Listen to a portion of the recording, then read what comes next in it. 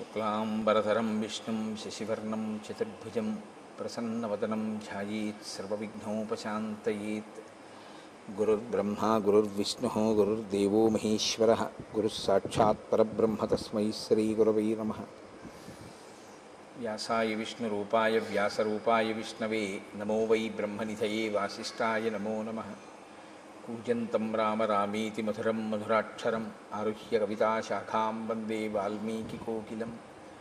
శ్రుతిస్మృతిపురాణానాం ఆలయం కరుణాలయం నమామి భగవత్పాదశంకరం లోకశంకరం. వాగర్ధావివ సంపృక్తౌ వాగర్ధప్రతిపత్తయే జగతః పితరౌ వందే పార్వతీపరమేశ్వరౌ. సూక్తిం సమగ్రేతున స్వయమేవ లక్ష్మీః శ్రీరంగరాజమహిషీమధురైకటాక్షైః వైదగ్ధ్యవర్ణగుణగుంభనగౌరవైర్యాం కండూలకర్ణకుహరాः కవయోధయంతి. హైమోర్ధ్వపుండ్రమజహన్మకుటం సునాసం మందస్మితం మకరకుండలచారుగండం బింబాధరం బహుళదీర్ఘకృపాకటాక్షం శ్రీవేంకటేశముఖమాత్మనిసన్నిధత్తాం. మనోజవం మరుతతుల్యవేగం జితేంద్రియం బుద్ధిమతాం వరిష్టం వాతాత్మజం వనరయూధముఖ్యం శ్రీరామదూతం శిరసా నమామి.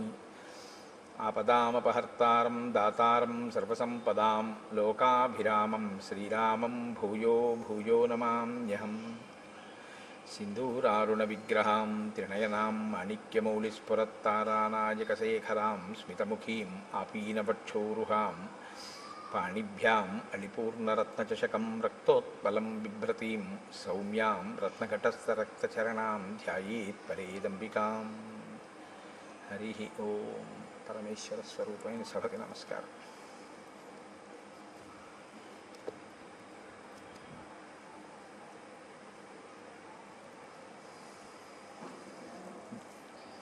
జటాయువుకి ఉత్తమ గతులను కల్పించినటువంటి రామచంద్రమూర్తి లక్ష్మణ సహితుడై సీతాన్వేషణం చేస్తూ అరణ్యంలో ప్రవేశించినటువంటి ఘట్టాన్ని మీకు నేను వివరిస్తున్నాను. నేను ఆ సీతమ్మని వెతుకుతూ వాళ్ళు నైరుతి దిశగా ముందుకి సాగిపోయారు. దండకారణ్యం నుంచి 3 క్రోసుల దూరం ప్రయాణించి క్రౌంచారణ్యము అనేటటువంటి అరణ్యంలోకి చేరుకున్నారు. ఒక అరణ్యం కన్నా ఒక అరణ్యం దారుణమైనటువంటి స్థితి. దారుణము అంటే మనుష్యులు తిరగడానికి యోగ్యమైనటువంటి అరణ్యములు కావు. అంత విపరీతంగా చెట్లు పొదలు తుప్పలు క్రూరమృగాలు సర్పాలతోటి నిండిపోయినటువంటి అరణ్యాలు. ఆ సీతమ్మ తల్లిని అన్వేషిస్తూ వాళ్ళు ఆ క్రౌంచారణ్యంలోకి ప్రవేశించారు. ఆ క్రౌంచారణ్యం నుంచి మళ్ళీ 3 క్రోసుల దూరం ప్రయాణం చేసి మతంగ మహర్షి ఆశ్రమానికి క్రౌంచారణ్యం యొక్క చివరి భాగానికి మధ్యలో ఉన్నటువంటి వేరొక వనంలోకి ప్రవేశించారు. ఆ వనం చాలా మృగపక్షి సంకీర్ణమై ఉంది. చీకటిగా ఉన్నటువంటి అరణ్యం. అక్కడ వాళ్ళకు ఒక పెద్ద గుహ ఒకటి కనపడింది. ఆ గుహ సమీపంలోకి వెడితే గాఢాంధకారంతో కూడుకున్నటువంటి ఆ గుహ ముందు ఒక రాక్షసి ఒక ఆమె నిలబడి ఉంది. భయదామల్పసత్వానాం బీభత్సాం రౌద్రదర్శనాం లంబోదరీం తీక్ష్ణదంష్ట్రాం కరాళాం పరుషత్వచం. వాల్మీకి మహర్షి రచన ఆ శ్లోకాలు అద్భుతంగా ఉంటాయి. ఆయన అంటారు, భయదాం అల్పసత్వానాం. అల్పసత్వము అంటే తక్కువ బలం కలిగినటువంటి వాళ్ళకి. తక్కువ బలం కలిగినటువంటి వాళ్ళకి ఆవిడ భయంకరమైనది. అంటే అది ఆవిడ స్వభావం. తనకన్నా కొంచెం తక్కువ బలం ఉన్న వాళ్ళు కనపడితే ఆవిడ వేధిస్తుంది, వాళ్ళని చాలా దుఃఖపెడుతుంది. ఎందుకని అంటే అది ఆవిడ సహజమైనటువంటి ప్రవృత్తి. తనకన్నా తక్కువ బలం వాళ్ళు కనపడితే ఆదరించడమో వాళ్ళని రక్షించడమో ఆవిడకు ఉండేటటువంటి లక్షణం కాదు. రాక్షసత్వము అంటే ఇంకేదో అని మీరేమనుకోక్కర్లేదు. కలియుగంలో ఒక పెద్ద విచిత్రం ఒకటి ఉంది. త్రేతాయుగం వాటిల్లో అయితే రాక్షసుల యొక్క ఉపాధులు తెలిసిపోయేవి. ఒక భయంకరమైనటువంటి శరీరం, ఏదో పెద్ద పొట్ట నోరు దంస్ట్రలు అవివి. కలియుగంలో బ్రహ్మగారు ఇచ్చినటువంటి వరం ఏమిటంటే రాక్షసుడెవరో మనుష్యుడెవరో తెలియదు, ప్రవృత్తి చేత తెలియాలి. కానీ తెలుసుకునే లోపలే ప్రమాదం వచ్చేస్తుంది. కనుక ఇప్పుడు ఆవిడ భయదాం అల్పసత్వానాం, తనకన్నా తక్కువ బలం ఉన్నటువంటి వారి పట్ల చాలా క్రోధంతో అవతల వారిని దుఃఖపెట్టేటట్టు ప్రవర్తిస్తుంది. అంటే తనకన్నా ఎక్కువ బలం ఉన్నవాళ్ళు కనపడితే తాను పారిపోతుంది. ఇది దాని అర్థం. అంటే ఆ జీవితానికి ఒక రుజువర్తన కానీ, ఆ జీవితానికి ఒక పంధా కానీ ఏమీ లేవు. మనకన్నా బలవంతుడు కనపడ్డాడు, వాడు మనకేదో ఇబ్బంది పెట్టాడు, పారిపోవడం. మనకన్నా తక్కువ బలం వాడు కనపడ్డాడు, వాడిని ఏడిపించడం. ఈ ఏడిపించేటప్పుడు సిగ్గేయదు, ఆ ఓడిపోయినప్పుడు సిగ్గేయదు. రెండు చోట్ల సిగ్గు లేకపోతే అవమానము ఇలాంటివి ఉండవు. ఎప్పుడూ ఉండేది ఏమిటి అంటే రెండు కాలముల యందు కూడా దుఃఖపెట్టే ప్రయత్నం ఉంటుంటుంది. ఆ ప్రయత్నంలో తను విజయం సాధిస్తే విజయం సాధిస్తుంది, విజయం సాధించకపోతే వెళ్ళిపోతుంటుంది. ఇక్కడ ఈవిడికి శూర్పణఖకి ఒక్క తేడా ఒకటి కనపడుతుంది. అరణ్యకాండలో మహర్షి ఇద్దరికి ముక్కు చెవులు కోయిస్తారు ఆడ రాక్షసులకి. అందులో ఒకరు శూర్పణఖ, ఒకరు అయోముఖి. ఇద్దరు రాక్షసి అయినటువంటి వారే. కానీ ఒకరు పగ పెంచుకునే తత్వం ఉన్నవారు, ఒకరు పగ పెంచుకోకుండా అవకాశం దొరికితే ఏడిపిస్తారు, అవకాశం దొరకకపోతే పారిపోతారు. ఒక విధంగా చెప్పాలి అంటే ఒకరికన్నా ఒకరు ప్రమాదం తక్కువ అని కానీ, ఒకరికన్నా ఒకరు ప్రమాదం ఎక్కువ అని కానీ చెప్పడం కొంచెం కష్టం. ఎందుకంటే పగ పెంచుకునే స్వభావము ప్రమాదకరమే.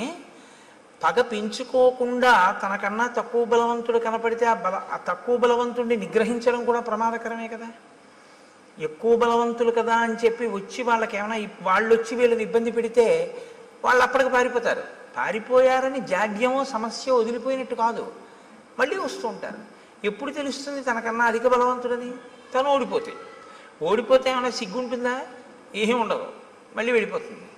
మళ్ళీ ఎప్పుడు వస్తుంది? మళ్ళీ ఇంకోటి దొరికితే మళ్ళీ వస్తుంది. మళ్ళీ వాడు అధిక బలవంతుడైతే మళ్ళీ వెళ్ళిపోతుంది, తక్కువ బలవంతుడైతే ఇబ్బంది పెడుతుంది. అంటే ఆ మనస్తత్వం ఎటువంటిది అంటే దానికి మార్పు అన్నది కానీ, పాఠం నేర్చుకోవడం అన్నది కానీ ఏమీ ఉండదు. సమాజంలో తాను తిరుగుతూ సమాజంలో ఉండేటటువంటి వ్యక్తులతో తాను ప్రతిరోజు సమన్వయం అవుతూ కూడా తాను ఏ పాఠాన్ని తన జీవితంలో జరిగినటువంటి సంఘటనల నుంచి నేర్చుకోకుండా ఒకే రకమైన మోసపోసిన జీవితంతో బతికేస్తూ అవకాశం దొరికినప్పుడు నేను గొప్పవాణ్ణని, అవకాశం లేనప్పుడు తను తక్కువవాణ్ణన్న బాధ లేకుండా పారిపోయేటటువంటి మనస్థితితో సరిపెట్టుకోగలిగినటువంటి స్థితి ఉన్నవాళ్ళు ఎవరైనా అయోముఖీ తత్వంలోకే వస్తారు. అంతకన్నా ఇంకా కొంచెం చెప్పడం కష్టం. మీకు సమాజంలో ఇటువంటి వాళ్ళు ఉండరని మీరు అనుకుంటున్నారా? చాలామంది ఉంటారు. బలవంతుడు కనపడితే ఓడిపోతారు, వాళ్ళకేం సిగ్గు ఉండదు. మన ఎదురుగుండా వాళ్ళకి జరిగిన అవమానానికి మనం సిగ్గుపడతాం. అరే నిజంగా రేపు ఎలా తలెత్తుకు తిరుగుతాడరా, ఎలా కనపడతాడరా, మళ్ళీ ఇంత అవమానం పొందాడు నిన్న. ఆయన తర్వాత రోజు పొద్దున్న ఎలా వస్తాడో తెలుసా? అసలు ఆ సంఘటనే జరగనట్టు వస్తాడు ఆయన. చాలామంది ఉంటారు ఇలాగా. అంటే పేర్లు పెట్టి చెప్పడం బాగుండదు, మీరు గ్రహించగలరు. ఉద్ధతితో ప్రవర్తిస్తారు, ఎక్కడో దెబ్బతింటారు. తిని సిగ్గుపడడం ఏమీ ఉండదు. మనకన్నా చాలా సంతోషంగా ఉంటాడు ఆయన. అదేంటి అవమానం పడ్డాడు కదా, నేను రాత్రి నిద్రపోన్నాడు పాపం కుమిలిపోతున్నాడేమో అని మీరు పలకరించడానికి వెళ్ళారనుకోండి, ఆయన మిమ్మల్ని ఎలా పలకరిస్తాడో తెలుసా? అంత బాధపడతాం ఎందుకో దానికి అంటాడు. మన అడుగుతాడు బాధపడతాం ఎందుకు దానికి, అది పెద్ద విశేషమే ఉంది అంటాడు. ఒకవేళ అతను విజయం సాధించాడు అనుకోండి, మీరు అసలు పట్టుకొనే లేరు. ఈ మనఃప్రవృత్తి అత్యంత ప్రమాదకరం. అది ఎప్పటికీ ఏమీ తెలుసుకోలేదు. వీళ్ళ వల్ల ప్రమాదం ఎక్కడొస్తుందంటే వాళ్ళకేం ఉండదు. వాళ్ళకి ఒక రకంగా వాళ్ళకి ఏమిటంటే ఎప్పుడూ అలాగే గడిపేస్తూ జీవితాన్ని జీవించేస్తూ ఉంటారు. వాళ్ళని అంటి పెట్టుకుని ఉన్న వాళ్ళకి చాలా కష్టంగా ఉంటుంది. ఏంట్రా వీడికి మానవమానాలు లేవు, వీడితో ఉండడం. ఆయనకు కొడుకున్నాడు అనుకోండి, ఆ కొడుక్కి మానవమానాలు ఉన్నాయనుకోండి, ఆయన చాలా ఇబ్బంది పడతాడు. మా నాన్నగారు చెప్పలేడు తండ్రికి, మా నాన్నగారు ఏమీ తెలుసుకోరు, ఎప్పుడూ ఇలాగే ప్రవర్తిస్తారు. ఇది చాలా కష్టంగా ఉంది అని తను బరువు అవుతూ ఉంటాడు.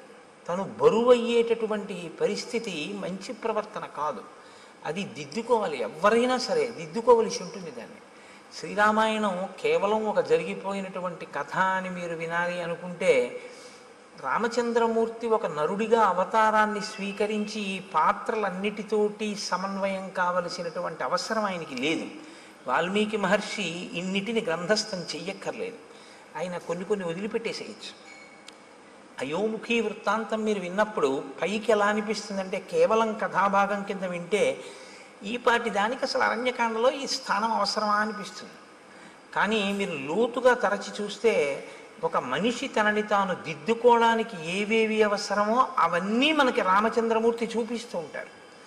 కాబట్టి ఇప్పుడు లంబోదరీం తీక్ష్ణదంస్ట్రాం కరాళాం పరుషత్వచం, ఆవిడ చాలా పెద్ద కడుపు కలిగినటువంటిది, పెద్ద పెద్ద కోరలు ఉన్నాయి, చాలా పరుషమైనటువంటి అంటే మందమైనటువంటి చర్మము కలిగినటువంటిది.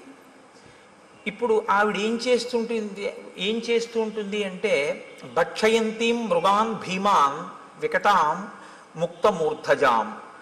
ఆమె భయంకరమైన నవ్వు నవ్వుతూ కనపడినటువంటి మృగములు ఏం దొరికితే ఆ మృగముల్ని తింటూ ఉంటుంది. వికటమైనటువంటి నవ్వు నవ్వుతూ ఉంటుంది. ముక్తమూర్ధజాం, కేశములు సంస్కరింపబడి ఉండవు, ఆ జుత్తు అంతా విరబోసుకుని ఉంటుంది. ఇది ఒక దారుణమైనటువంటి ప్రవృత్తి. నేను మన్నింపబడదను కాక నేను రామాయణం చెప్తున్నాను అంతే. నేను ఇంక ఎవరిని ఉద్దేశించి చెప్పడము నా ఉద్దేశ్యం కాదు. స్త్రీ కేశపాశం కింద కట్టబడి ఉండి తీరాలి అని శాస్త్రవాక్యం. స్త్రీ కేశపాశం కింద కానీ చల్లుకుపోయి ఉంటే, విచ్చుకుపోయి ఉంటే అది దేశానికి కూడా అరిష్టం అని, అంతే, అంతకన్నా ఇంకక్కర్లేదు. కాబట్టి భక్షయంతి మృగాన్ భీమాన్ వికటాం ముక్తమూర్ధజాం, ఆమె జుత్తు చల్లుకుపోయి ఉంది, అదే రాక్షసీత్వము అన్న మాటకు అర్థం. అంటే తను బాగున్నానని తను అనుకుంటే చాలు, దానివల్ల ఆ అపచారం వల్ల ఇతరులు పోయినా తను పట్టించుకోక్కర్లేదు. అహం తయోముఖీ నామ లాభస్తే త్వమసి ప్రియ నాథ పర్వతకూటేషు నదీనాం పులినేషు చ ఆయుష్శేషమిమం వీర త్వం మయా సహరంస్యసే. ఆవిడంటుంది నా పేరు అయోముఖి. ఆవిడ దృష్టి లక్ష్మణమూర్తి మీద పడింది, రామచంద్రమూర్తి మీద పడలేదు. ముక్కు చెవులు కోయించుకునే వాళ్ళందరి దృష్టి లక్ష్మణుడి మీదే పడుతుందో ఏమో మరి. ఆవిడంది నీవే నాకు తగినటువంటి భర్తవి, అంతే. ఆవిడే నిర్ణయించేసుకుంది. శూర్పణఖ ఎలా నిర్ణయించేసుకుందో అలాగే ఆవిడే నిర్ణయించేసుకుంది. కాబట్టి ఇక నువ్వు శేష జీవితం అంతా కూడా సంతోషంగా నాతో ఆ నదుల యొక్క ఒడ్ల యందు పర్వత శిఖరముల యందు విహరిస్తూ సంతోషంగా గడుపుదువు గారివి. కాబట్టి నువ్వు నాతో సంతోషంగా గడపడం కోసం రా, మన ఇద్దరం భార్యాభర్తలమై గడుపుదాం అని ఆమె లక్ష్మణుణ్ణి పట్టుకుంది. పట్టుకుంటే ఏవ ముక్తస్తు కుపిత ఖడ్గముద్ధృత్య లక్ష్మణ కర్ణనాశే స్తనౌ చాస్య నిచకర్తారి సూదన. ఆ పట్టుకున్నటువంటి అయోముఖి యొక్క ముక్కు, చెవులు, స్తనములు వీటిని తన కత్తి పెట్టి ఆయన తెగ కోసేసాడు. తెగ కోసేస్తే ఆవిడ లక్ష్మణుణ్ణి విడిచిపెట్టేసి అరణ్యంలోకి పెద్ద రవం చేస్తూ ఏడుస్తూ నెత్తురు కారిపోతూ పరిగెత్తుకుంటూ వెళ్ళిపోయింది. అంటే యుక్తాయుక్త విచక్షణ లేనటువంటి నడవడితో తను కామిస్తే చాలు, ఇతరుల యొక్క అభిప్రాయముతో సంబంధం లేకుండా బలవంతులు కనపడితే పరాభవింపబడి, బలహీనులైతే తననుకున్న కామాన్ని చెల్లించుకుంటూ జీవితం గడపగలిగినటువంటి నీచమైన ప్రవృత్తి కలిగినటువంటి స్థితిలో ఉన్న ఒక ప్రాణి. కాబట్టి ఇక అయోముఖి ఈ కాండలో ఏం మనకు కనపడదు ఆవిడ. కాబట్టి ఆవిడ అలా ఏడుస్తూ వెళ్ళిపోయింది. ఎందుకు శ్రీరామాయణంలో ఈ పాత్ర కనపడింది అన్నదాన్ని మీరు గమనించవలసి ఉంటుంది. మొదట శూర్పణఖకి ముక్కు చెవులు తెగిపోతాయి, ఇక్కడ అయోముఖికి ముక్కు చెవులు తెగిపోతాయి. కానీ ముక్కు చెవులు తెగితే మనం ఉలిక్కి పడతాం. ఎందుకంటే శ్రీరామాయణంలో అరణ్యకాండ మొదట్లో ఒక ఆడదాని ముక్కు చెవులు ఇలా కామంతో వస్తేనే కోసిన కారణానికి సీతాపహరణం జరిగింది. ఇప్పుడు మళ్ళీ కోశాడు, ఏమవుతుందో అని అనిపిస్తుంది. కానీ ఏమవదు, అయోముఖి వెళ్ళిపోయింది. కాబట్టి ఈ రెండిటి మధ్యలో ఉండేటటువంటి తేడాని మీరు గమనించవచ్చు. ఆవిడది పగ, ఈవిడిది పగా ప్రతీకారము పెంచుకుని సాధించేటటువంటి మనస్తత్వం కాదు. లక్ష్మణస్తు మహాతేజా సత్వవాన్ శీలవాన్ శుచి అబ్రవీత్ ప్రాంజలిర్వాక్యం భ్రాతరం దీప్త తేజసం. మీరు శ్రీరామాయణాన్ని చదివేటప్పుడు చాలా ధర్మ సూక్ష్మములను గ్రహించవలసి ఉంటుంది. చాలా అందంగా ఉంటుంది రామాయణం. అందుకే రామాయణం జీర్ణమైతే అన్నగారిని గౌరవించే తమ్ముడు కనపడితే మీకు ఒంట్లో పులకింత వస్తుంది. లక్ష్మణస్తు మహాతేజాః సత్వవాన్ శీలవాన్ శుచి. ఆయన రామచంద్రమూర్తితో మాట్లాడుతున్నాడు. ఎవరు? లక్ష్మణుడు. అయోముఖి పారిపోయింది, ఇద్దరూ నడుస్తున్నారు. ఇప్పుడు అకస్మాత్తుగా ఆయనకి ఏదో రాముడితో మాట్లాడాలి అని అనిపించింది. ఎలా మాట్లాడేటో తెలుసా అండి? ఇలా ఎడంచేతో రామ అని పిలిచి కూడా మాట్లాడాలంటే. కానీ ఆయన ఎలా మాట్లాడాడంటే అబ్రవీత్ ప్రాంజలిర్వాక్యం. ఆయన మాట్లాడేటప్పుడు అంజలి ఘటించి రాముడితోటి అన్నయ్య అని ఇలా నమస్కారం చేసి మాట్లాడతాడు. ఎందుకంటే చాలా చోట్ల చెప్పుకున్నాడు లక్ష్మణుడు, నేను రాముణ్ణి అన్నగా చూడను, రాముణ్ణి నా గురువుగా చూస్తాను. అందుకని ఎప్పుడూ అంత గౌరవంతోనూ ఉంటాడు. అందుకే రామాయణం బాగా అనుభవించకుండా రామాయణంలోది ఏదీ గీసే ప్రయత్నం చేయకూడదు. అలా ప్రయత్నం చేస్తే ఏమవుతుందో తెలుసా అండి? చూసిన వాళ్ళకి అలా ఉంటాయిలా ఉంది అందులో ఉన్న వ్యక్తిత్వాలు అని అనిపిస్తుంది. శబరి పళ్ళు తీసుకొచ్చి రాముడికి పెడుతుంటే రాముడు పుచ్చుకుంటుంటే రాముడు కూర్చున్న అరుగు మీద లక్ష్మణుడు ఎడంకాలు ఎత్తి పెట్టినట్టుగా ఉందనుకోండి ఒక ఫోటో. అలా ఉంటాడా ఎప్పుడైనా లక్ష్మణుడు? అవి ఏమవుతాయంటే చూసే వాళ్ళ హృదయాల్లో తప్పు భావాలు నింపుతాయి. కాబట్టి శ్రీరామాయణాన్ని జాగ్రత్తగా గమనించవలసి ఉంటుంది. గమనించకుండా చేతిలో కళ ఉండడం వేరు, రామాయణాన్ని గీయడం వేరు. రామాయణాన్ని గీయాలి అంటే రామాయణం చదివి రామాయణం గురించి కొంత అధికారం ఉండాలి. రామాయణంలో ఉండేటటువంటి వ్యక్తిత్వాలు బహు విశిష్టమైనవి. అంత విశిష్టమైనటువంటిది, అందులో అటువంటి ఘట్టాల గురించి ఏదైనా కూర్పు చేస్తే చాలా జాగ్రత్తగా ఉండాలి. కాబట్టి నేను దేన్ని దృష్టిలో పెట్టుకున్నానో మీరు గమనించి ఉంటారు. కాబట్టి ఇప్పుడు అబ్రవీత్ ప్రాంజలిర్వాక్యం భ్రాతరం దీప్త తేజసం. అంజలి ఘటించి రామచంద్రమూర్తితో మాట్లాడుతున్నాడు. స్పందతే మే దృఢం బాహు బుద్ధిగ్నమివ మే మనః ప్రాయశ్చాప్య నిష్టాని నిమిత్తాన్యుపలక్షయే. నేను మీతో తరచూ ప్రస్తావన చేస్తూ ఉంటాను. శ్రీరామాయణం ఒక ధర్మశాస్త్రం, శ్రీరామాయణం పరిపాలనా శాస్త్రం, శ్రీరామాయణం జ్యోతిష శాస్త్రం, శ్రీరామాయణం శకున శాస్త్రం. మీరు ఎలా చూస్తే రామాయణం మీకు అలా కనపడుతుంది. కాదు, పక్షుల గురించి తెలుసుకోవాలా? రామాయణం చదవచ్చు. పర్వతాల గురించి తెలుసుకోవాలా? రామాయణం చదవచ్చు. భౌగోళిక శాస్త్రం పరిశీలనం చేయాలా? రామాయణం తెలుసుకోవచ్చు. మృగముల గురించి తెలుసుకోవాలా? శ్రీరామాయణం చదువుకోవచ్చు. మీరు ఏది తెలుసుకోవాలన్నా రామాయణం చదువుకుంటే మీకు అందులో తెలియని ఉండవు. ప్రతి శ్లోకము అమృత భాండమే. ప్రతి శ్లోకంలో మహర్షి సందేశాన్ని నింపి ఉంచుతారు. అందుకే ఆయన ఈయనతో మాట్లాడాడు అని ఆయన చెప్పరు. అలా చెప్పడం చాలా తేలిక. అలా చెప్పరు. మాట్లాడేటప్పుడు ఎలా నిలబడి మాట్లాడాడు చెప్తారు. ఒక ఆయన వచ్చాడు, ఎవరు ముందు లేచారు, ఎవరు తర్వాత లేచారు, ఎవరు ఎవరికి అర్ఘ్యం ఇచ్చారు, పాద్యం ఇచ్చారు, ఎవరు ఎవరితో ఏ ప్రశ్న వేశారు, ఎవరు ఎలా జవాబు చెప్పారు. ఒక సంఘటన అయిపోయిన తర్వాత రాముడు అన్ని లక్ష్మణుడికి చెప్తూ ఉంటాడు. రాముడు లక్ష్మణుడికి చెప్పేటప్పుడు మీరు చాలా జాగ్రత్తగా చదవాలి ఆ సర్గని. అందులో ఒక అత్యుత్తమమైనటువంటి సందేశం ఒకటి ఉంటుంది. రాముడు ఒక సర్గ చివర ఒక వ్యక్తితో తాను చూసి మాట్లాడి వెళ్ళిపోయేటప్పుడు లక్ష్మణుడితో చెప్తాడు, చూసావా లక్ష్మణ, ఇవాళ మనం ఇది చేశాం కదా, దీనివల్ల ఇది అన్నమాట ఫలితం అంటాడు. గురువుతో తిరిగేటటువంటి శిష్యుడికి అందే మహోత్కృష్టమైన ప్రయోజనం అదే.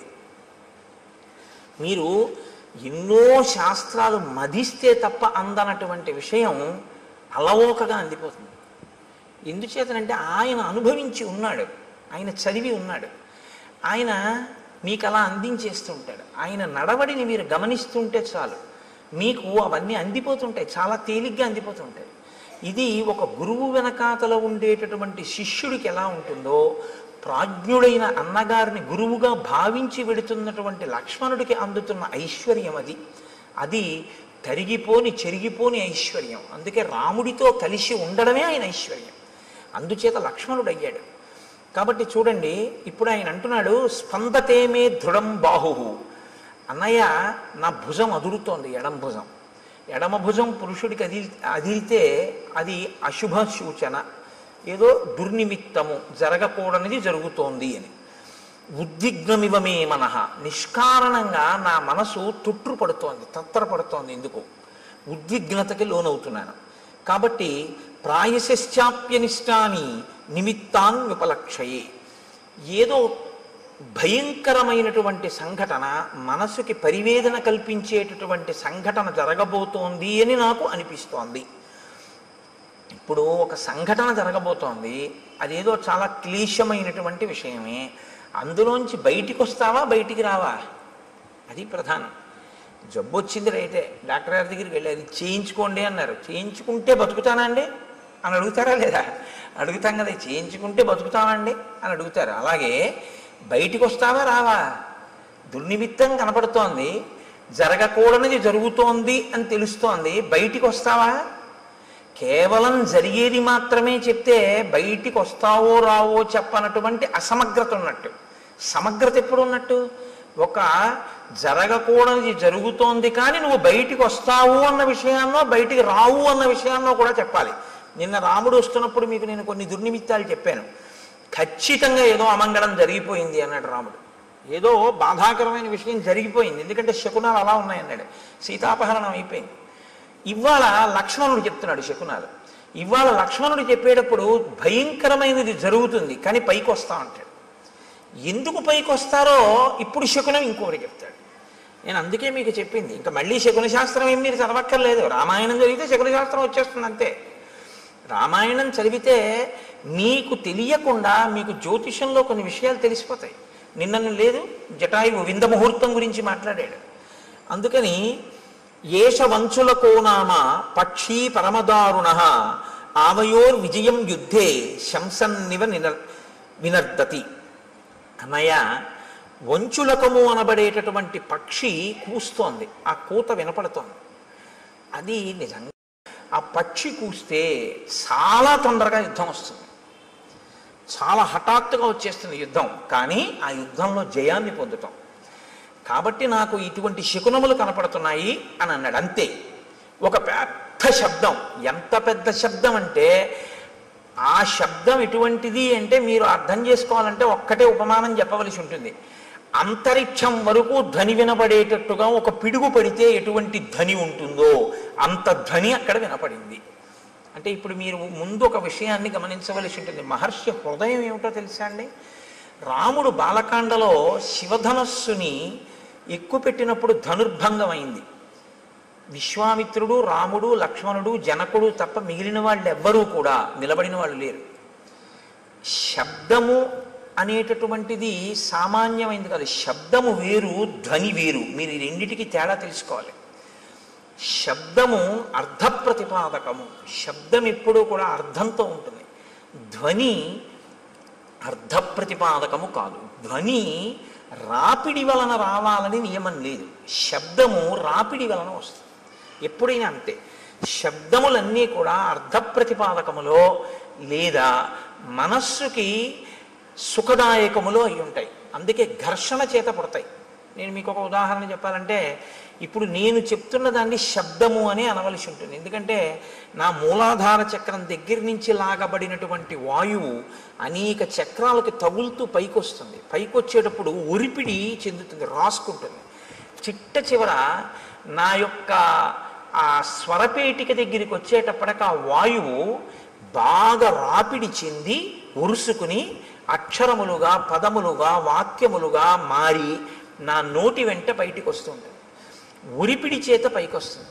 నేను ఒక వైలిన్ వాయించాను అనుకోండి, చేతితో ఒక తాడు ఉన్నటువంటి పరికరం లాంటి దాన్ని పట్టుకుని తీగల మీద లాగితే ఆ ఒరిపిడికి ధ్వని వస్తుంది. ఒక వీణని గోటితో పెనగితే ధ్వని వస్తుంది. అలా మీకు ఎప్పుడైనా సరే ఒరిపిడి వలన వస్తే, అంటే ఘర్షణ వలన పుడితే దాన్ని శబ్దము అంటారు. ఇప్పుడు ఆ శబ్దం ఏం చేస్తుంది? అందుకే వేదరాశికి శబ్దరాశి అని పేరు. అర్థ ప్రతిపాదకమై దానికి ఏదో ఒక ప్రయోజనం ఉంటుంది. ప్రయోజనం లేనిది అనుకోండి, దానికి ఏమిటి అంటే మీరు చెప్పలేరు అనుకున్నప్పుడు దాన్ని శబ్దం అనకూడదు, ధ్వని అనాలి. పిల్లాడు ఆడుకుంటూ ఉంగా అన్నాడు అనుకోండి, దానికి అర్థం ఏంటి చెప్పండి అన్నారు అనుకోండి, ఏం చెప్తారు? ఉంగా అన్నాడు పిల్లాడు, చంటి పిల్లాడు. ఏమైనా నువ్వు రామాయణం చెప్పావు కదా, దీనికి అర్థం చెప్పన్నారు అనుకోండి, ఎవరు చెప్తారు దానికి? అప్పుడు దాన్ని ఏమనాలంటే ధ్వని అన్నారు. అంటే దానికి ఒక అర్థం ఏం ఉండదు. అర్థం లేకుండా చేయబడేటటువంటిది ఏది ఉంటుందో దానికి మీరు ఏ అర్థము చెప్పడం కుదరదో వాటికి ధ్వనులని పేరు. కాబట్టి ఇప్పుడు ఏర్పడినది శబ్దమా ధ్వన అంటే యథార్థమునకు పెద్ద ధ్వని అని మీరు అనవలసి ఉంటుంది. ఎందుకంటే దానికి ఒక అర్థం లేదు. కానీ ఒక పిడుగు నేల మీద పడితే ఆ శబ్దము, ఆ ధ్వని అంతరిక్షం వరకు వినపడితే ఎంత ధ్వని ఉంటుందో అంత ధ్వని ఉంది. ధ్వనికి ఉండేటటువంటి లక్షణం ఏమిటో తెలుసా అండి? ధ్వనికి కానివ్వండి, శబ్దమునకు కానివ్వండి, ప్రాణాలు పొయ్యగలదు, ప్రాణాలు తీయగలదు. ఈ రెండు ఉంటాయి. ఎందుకో తెలుసా అండి? ఒక్కొక్కసారి ప్రాణం పోస్తుంది, ఒక్కొక్కసారి ప్రాణం తీసేస్తుంది. మీరు చూడండి, నిశ్చేష్టుడైపోయాడు అనుకోండి ఎవరో, మీరు వెళ్ళి ఏ తప్పట్లు కొట్టడమో ఏదో చేస్తే స్పృహలోకి వస్తారు, తీసుకొస్తుంది, దానికి ఆ శక్తి ఉంటుంది. శబ్దము మిమ్మల్ని జ్ఞానవంతుల్ని చేస్తుంది. లేకపోతే వినడం ఎందుకండి? వినడం వల్ల ఏదో మీకు తెలుస్తుందని కదా వింటూ ఉంటారు. అదే శబ్దము చాలా తీవ్ర స్థాయిలో వచ్చిందనుకోండి, మనిషి ప్రాణం వదిలిపెట్టేస్తుంది. అందుకే పిడుగు పడితే పిడుగు యొక్క ధ్వనికి భవనములు కింద పడిపోతూ ఉంటాయి. అక్కడ ఉన్నటువంటి జీవరాశి, చెట్లు కూడా నేల కొరిగిపోతాయి. ఎందుకని అంటే ఆ శబ్ద ప్రకంపనలు, ధ్వని ప్రకంపనల యందు శక్తి తరంగములు ఉంటాయి. దీన్ని మొట్టమొదట ప్రతిపాదించిన వాళ్ళు ఎవరంటే భారతదేశంలో ఆర్షధర్మంలో ఋషులు ప్రతిపాదించి కదలిక ఉన్న ప్రతిదాన్ని శక్తి స్వరూపంగా భావన చేశారు మన వాళ్ళు. అందుకే శబ్ద బ్రహ్మమయీ చరాచరమయీ జ్యోతిర్మయీ వాంగ్మయీ తత్వాతీతమయీ నిరంజనమయీ అని అమ్మవారిని స్తోత్రం చేశారు. అమ్మవారిని స్తోత్రం చేశారు అంటే మీరు ఒకటి గుర్తుపెట్టుకోవాలి, కదులుతున్నది ఏదైనా శక్తిగా భావన చేశారు. కదిలి కదిలి ఇక కదలవలసిన అవసరం లేని రీతిలో నీలో నువ్వు అనుభవించవలసిన ఆనందాన్ని శివుడిగా సంకేతించారు. కాబట్టి ఇప్పుడు శివశక్తులు రెండు ఎప్పుడూ కలిసే ఉంటాయి. ఈ రెండిటిని మీరు వేరు చేసి చూడడం అనేటటువంటిది ఎప్పుడూ కుదరదు. అందుకే ఈ ప్రపంచమంతా కూడా పరమశివ తాండవ పార్వతీ లాస్య స్వరూపము అన్నారు శంకరాచార్యుల వారు. లాస్యం అంటే భావం, తాండవం అంటే కదలిక. మీరు చూడండి, మీకు ఈ ప్రపంచమంతా శివస్వరూపంగా, మంగళస్వరూపంగా చూడడం ఎలాగా అంటే దానికి ఆ దృష్టికోణాన్ని శంకరులు అందించారు. అందుకని వారు జగద్గురువులు అయ్యారు. కదలకుండా ఉండదు. ఇప్పుడు నేనేదో మాట్లాడుతున్నాను, కదులుతూ ఉంటాను. కదలిక తాండవం శివస్వరూపం. ముఖమునందు భావ ప్రకటనము అమ్మవారు లాస్యం. ఒక ఆయన నవ్వుతూ ఉంటాడు, ఒక ఆయన విచారంగా ఉంటాడు, ఒక ఆయన సంతోషంగా ఉంటాడు, ఒక ఆయన హాస్యం ఆడుతూ ఉంటాడు. మీరు అలా వెడుతూ చూస్తుంటే రకరకాల భావనతో ఉంటారు. అందరూ ఒక్కలా ఉండరు. ఇన్ని భావనలు అమ్మవారు, ఇన్ని కదలికలు ఈశ్వరుడు. కదలిక భావన కలిసే ఉంటాయి ఎప్పుడు. చూడండి, కలిసే ఉంటాయి అనేటప్పటికీ నేనేమన్నాను, ఇలా అన్నాను.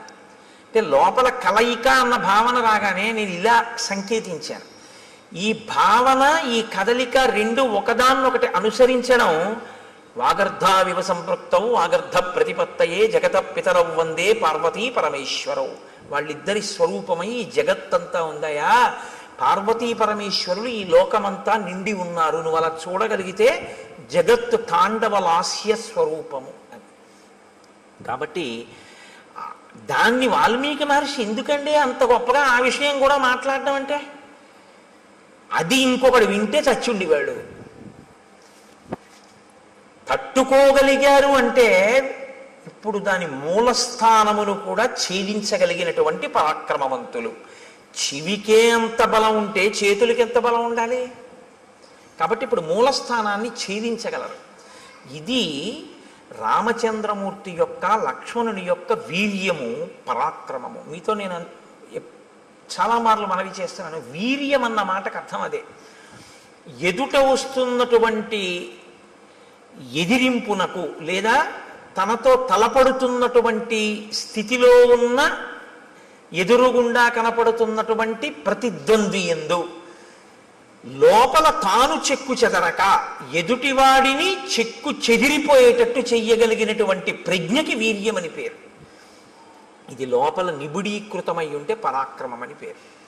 కాబట్టి ఇప్పుడు ఈ వీర్య పరాక్రమములు ఉన్నవారు కాబట్టి అందుకని అడిగారు వాల్మీకి మహర్షి, కోన్వస్మిన్ సంప్రదంలోకే గుణవాన్ కశ్య వీర్యవాన్ ధర్మజ్ఞశ్చ కృతజ్ఞశ్చ సత్యవాక్యో దృఢవ్రతః చారిత్ర్యేణ చ కోయుక్తః సర్వభూతేషు కోహిత విద్వాన్ కః కస్సమర్థశ్చ కశ్చైక ప్రియదర్శనః ఆత్మవాన్ కో జితక్రోధో ద్యుతిమాన్ కో ననసూయక.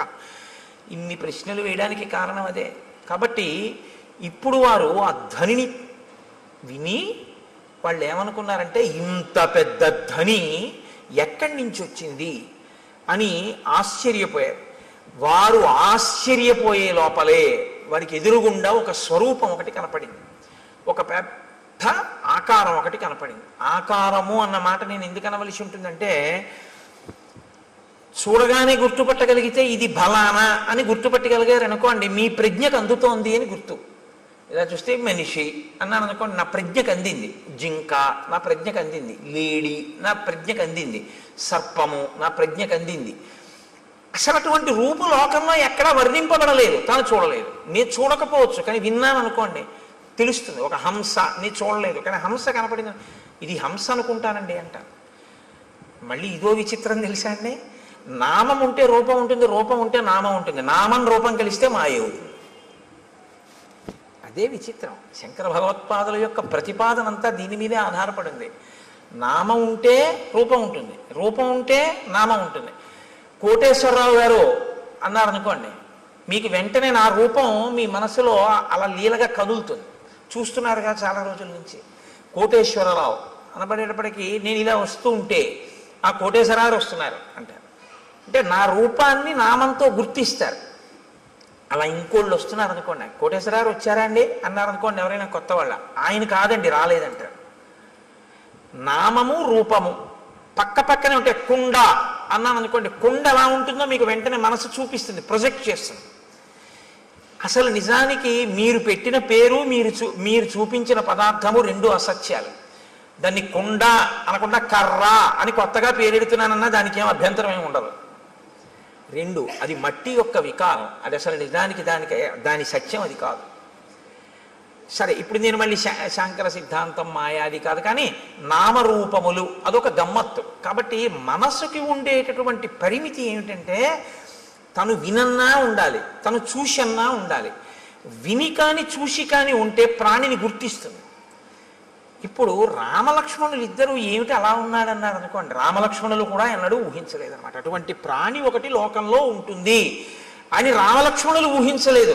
వీళ్ళిద్దరు ఎటువంటి వాళ్ళు, వంచులకము కూస్తోందని చెప్పగలిగిన వాళ్ళు. పిట్టరుపుకి మనం ఎంత తేలిగ్గా చెప్తామో కాకెరుస్తోందని రామలక్ష్మణులు అరణ్యంలో పిట్టల కోటలు అంత బాగా చెప్తారు.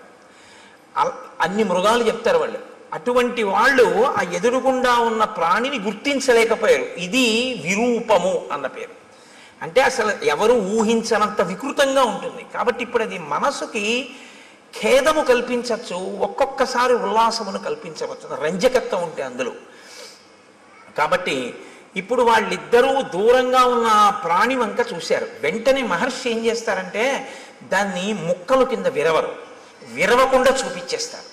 అది ప్రజ్ఞ, కవి యొక్క ప్రజ్ఞ మీరు చూడాలి. ఎందుకో తెలుసా అండి, ఆయన రాముడి కళ్ళల్లోంచి ఘంటం కదులుతుంది. ఇప్పుడు రాముడు చూస్తున్నాడు, రాముడు చూసేటప్పుడు ఆ చూపు చకచక చకచక నడిచేస్తుంది. అంతే, ఎలా చూశాడు అన్నది పైనుంచి కింద వరకు ఆ ప్రాణి ఎంత విచిత్రంగా ఉందో చూస్తారు. అంతేగాని సగం చెప్పి మళ్ళీ ఎటో చూసి చెట్టు చెప్పి మళ్ళీ ఇది చెప్పి అలా ఉండదు. ఆ రచనలో ప్రజ్ఞ వాల్మీకి మహర్షి ఘంటం రాముడి కన్నులను బట్టి కదులుతోంది. ఇప్పుడు ఆయన రాముడిలో ప్రకాయ ప్రవేశం చేసి ఆ ఎదురుగుండా ఉన్నటువంటి రాక్షసుణ్ణి చూసి ఘంటాన్ని కదుపుతున్నారు. మీరు శ్రీరామాయణాన్ని బహుభంగిమల చూడవలసి ఉంటుంది. ఎందుకంటే వాల్మీకి మహర్షి తరువాత కవులకు ఆదర్శం అయ్యారు. కాళిదాసాది మహాకవులు కూడా వాల్మీకి మహర్షినే అనుసరించారు. కాబట్టి వివృద్ధం అశిరోగ్రీవం కబంధముదరే ముఖం అగ్నిజ్వాలానికాశేన లలాటస్థేన దీప్యత మహాపక్ష్మేణ పింగేన విపులే నాయతేన చ ఏకేనోరసి ఘోరేణ నయనే నాశుదర్శిన మహాదంస్ట్రోపపన్నం తల్లేలిహాసం మహాముఖం భక్షయంతం మహాఘోరాన్ రుక్షసింహ మృగద్విపాన్ ఘోరౌ భుజౌ నికుర్వాణం ఉభౌ యోజనమాయతౌ. ఆయన ఘోరే భుజౌ వికుర్వాణం. ఆ ఉన్నటువంటి ఎదురుగుండా ఉన్న ప్రాణి ఎలా ఉన్నాడంటే తల లేదు. తల లేకపోతే బీభత్సంగా ఉంటుంది. అది ఆ ప్రాణి ఏం చేస్తుందంటే మీకు బీభత్స రసాన్ని ఉద్భుతం చేస్తుంది మా లోపల నుంచి. ఎదురుగుండా ఉన్న ప్రాణి తలకాయతో ఉందనుకోండి పర్వాలేదు, ఓ చెయ్యి లేకపోతే మీరు చూడడం కొంచెం తేలిక, ఒక కాలు పోతే మీరు చూడడం తేలిక, తల లేకపోతే మీరు వెంటనే అంటారంటే అయ్యో బాబోయ్ అంటారు, చూడలేరు. ఇప్పుడు ఆ ఎదురుగుండా కనపడుతున్న ప్రాణికి తలకాయ లేదు, ఆ ప్రాణికి కాళ్ళు లేవు. తలకాయి లేదు, కాళ్ళు లేవు. పోనీ తలకాయి కాళ్ళు లేకుండా అలా ఉందా ప్రాణి? అలా లేదు. అదొక విచిత్రమైనటువంటి స్థితిలో ఉంది. అశిరోగ్రీవం, దానికి కంఠము లేదు, తలకాయి లేదు. కానీ కబంధముదరే ముఖం, ఇక్కడ పొట్ట దగ్గర ఉంది ముఖంలాగా. ఈ ఛాతీ మీద లలాట భాగం ఉంది, ఇక్కడ ఉంగురుంది. ఈ కింద ఒక పెద్ద కన్ను ఉంది, ఆ కన్ను మీద ఒక పెద్ద రెప్ప ఉంది, ఆ రెప్పకి పచ్చటి వెంట్రుకలు పొడుగ్గా ఉన్నాయి. ఆ కన్ను ఎత్తి చూస్తే అగ్ని జ్వాల ఎలా ఉంటుందో అలా ఉంది ఆ కన్ను, ఎర్రగా. అటువంటి కన్ను ఇక్కడ పెట్టుకుని ఉంది ఆ ప్రాణి.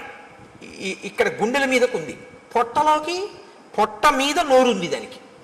దానికి కాళ్ళు లేవు కాబట్టి అది కదలలేదు, అది అలా కూర్చుని ఉంది. కానీ దానికి యోజనం దూరం వరకు వెళ్ళగలిగినటువంటి దీర్ఘబాహువులు ఉన్నాయి. ఇప్పుడు అది ఏం చేస్తోందంటే ఎంత దూరమైనా సరే దానికి ఉన్నటువంటి కళ్ళతో చూస్తూ ఉంటుంది. నయనే నాశుదర్శిన అంటే ఒక్క కన్నే అయినా ఎంత దూరమైనా అది చూడగలదు కానీ లేచి వెళ్ళలేదు, గమనం లేదు. దానికి గమనం లేదు కాబట్టి అది ఏం చేస్తుందంటే చెయ్యి చాపుతుంది, చాపి తడుగుతుంది ఇలాగా. అంటే అది ఎటిళ్ళిందో ఇలా ఇలా తడుగుతుంది, తడివి పట్టుకుంటుంది. అది ఏనుగు కానివ్వండి, పులి కానీ, సింహం కానీ ఏదైనా సరే పట్టుకోగలిగినటువంటి చేతులు దానివి. ఎంత దూరం? ఇక్కడి నుంచి ఒక యోజనం దూరం వరకు ఉంటాయి చేతులు, దాంతో పట్టుకుంటుంది. పట్టుకుని ఈడుస్తుంది ఆ ప్రాణుల్ని. ఆ ఈడ్చి ఆ ఆకర్షంతం వికర్షంతం అనేకాన్ మృగయూధపాన్ స్థితమావృత్య పంధానం తయోర్భ్రాతోహో ప్రపన్నయోహో. అది వాటిని పట్టుకుని ఈడుస్తుంది ఇలాగా. అది నిజంగా మహర్షి ఒక లైవ్ టెలికాస్ట్ అండి, అది నిజంగా అద్భుతం. ఎందుకంటే పట్టుకుని ఇలా ఎత్తడం కొన్ని ప్రాణుల లక్షణం, ఏడవడం కొన్ని ప్రాణుల లక్షణం. మీరు చూడండి, ఉత్తమమైనటువంటి సంస్కారం ఉన్న ప్రాణులు కొన్ని ఉంటాయి.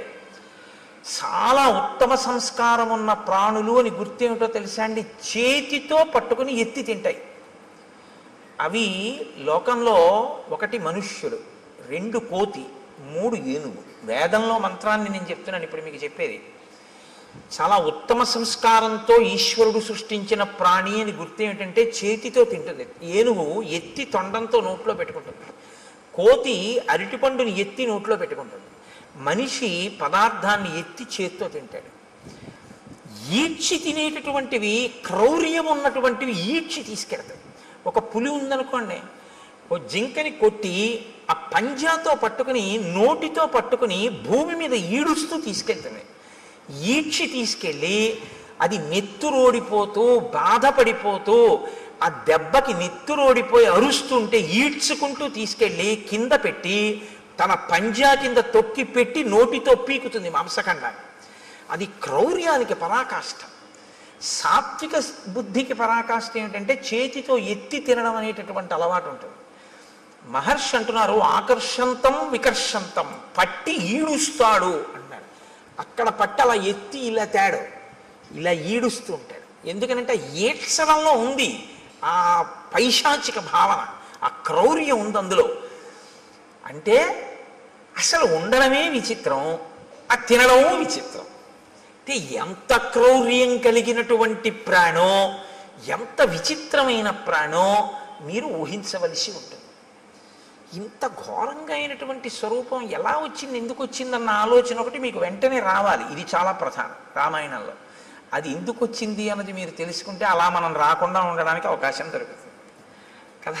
అంతేకాని ఇప్పుడు దాని వంక చూశారు ఇద్దరు. చూసేటప్పటికి అది వీళ్ళిద్దరిని పట్టుకుని ఇద్దరిని ఈడ్చేసింది దగ్గరికి. ఈడ్చేసి మీరు నాకు ఈశ్వరుడు ఇచ్చిన ఆహారం తినేస్తానని నోట్లో పడేసుకోవాలి కదా. మనకైతే ఇక్కడ, దానికి ఇక్కడే. కాబట్టి ఆ ఈడ్చి తెచ్చి లోపల పడేసుకోవడానికి సిద్ధపడుతోంది. వెంటనే లక్ష్మణుడు అన్నాడు, అన్నయ్య దీన్ని మనం ఉపేక్షించకూడదు, ఈ ప్రాణిని మనం చంపకూడదు అన్నాడు. నిజంగా శ్రీరామాయణం ధర్మశాస్త్రం అద్భుతం. అందుకు మహర్షి ప్రతి చిన్న విషయాన్ని కూడా రచనలో చూపిస్తారు. నిశ్చేష్టానాం వధోరాజన్ కుచ్చితో జగతీపతే క్రతు మధ్యోపనీతానాం పశూనాం ఇవ రాఘవ. లక్ష్మణుడు అంటున్నాడు, కదలిక లేని ప్రాణిని చంపకూడదు. ఎందుకంటే అది పారిపోవడానికి అవకాశం ఏది? పారిపోవడానికో, విన్నిచ్చి పారిపోవడానికో, నీ మీద కలియబడ్డానికో దానికి అవకాశం ఉంటే నీ వీరత్వం చంపాలి. కదలలేని దాన్ని చంపడం ఏంటి? బళి మా బావ బల్యమ్ము చేబూని పుల్లాకు తూట్లుగా పొడవలేదే అన్నట్టు కదలలేని ప్రాణిని చంపడం ఏంటి? కాబట్టి అన్నయ్య మనం చంపకూడదు దీన్ని. ఎంత ధర్మం అండి! ఇంకోడైతే ఈ ధర్మం కదూ కాపాడింది, అందుకు కాదు అన్నాడు మారీచుడు. రామో విగ్రహవాన్ ధర్మ అన్నాడు. అప్పుడు కూడా ఇలా ఉన్నాడు. బాబా ఇదేమిటి అంటే బుద్ధి వెంటనే స్వస్థతను తప్పి చంపేవతల వారేద్దాం అనరు వాళ్ళు. బాగా ఆలోచిస్తారు, ప్రతి దాన్ని ధర్మం కోణంలో చూస్తారు. అక్కడ ఎవరున్నారండి చంపేశారనుకోండి ఇద్దరు కలిసి, పోన్లే అన్నయ్య ఎవరు చూడొచ్చారు అనొచ్చు. కాదు, ఎవరు చూడొచ్చారనరో, చూడవలసిన వాడు చూడకపోవడం అన్నది ఎలా జరుగుతుందంటారు వాళ్ళు.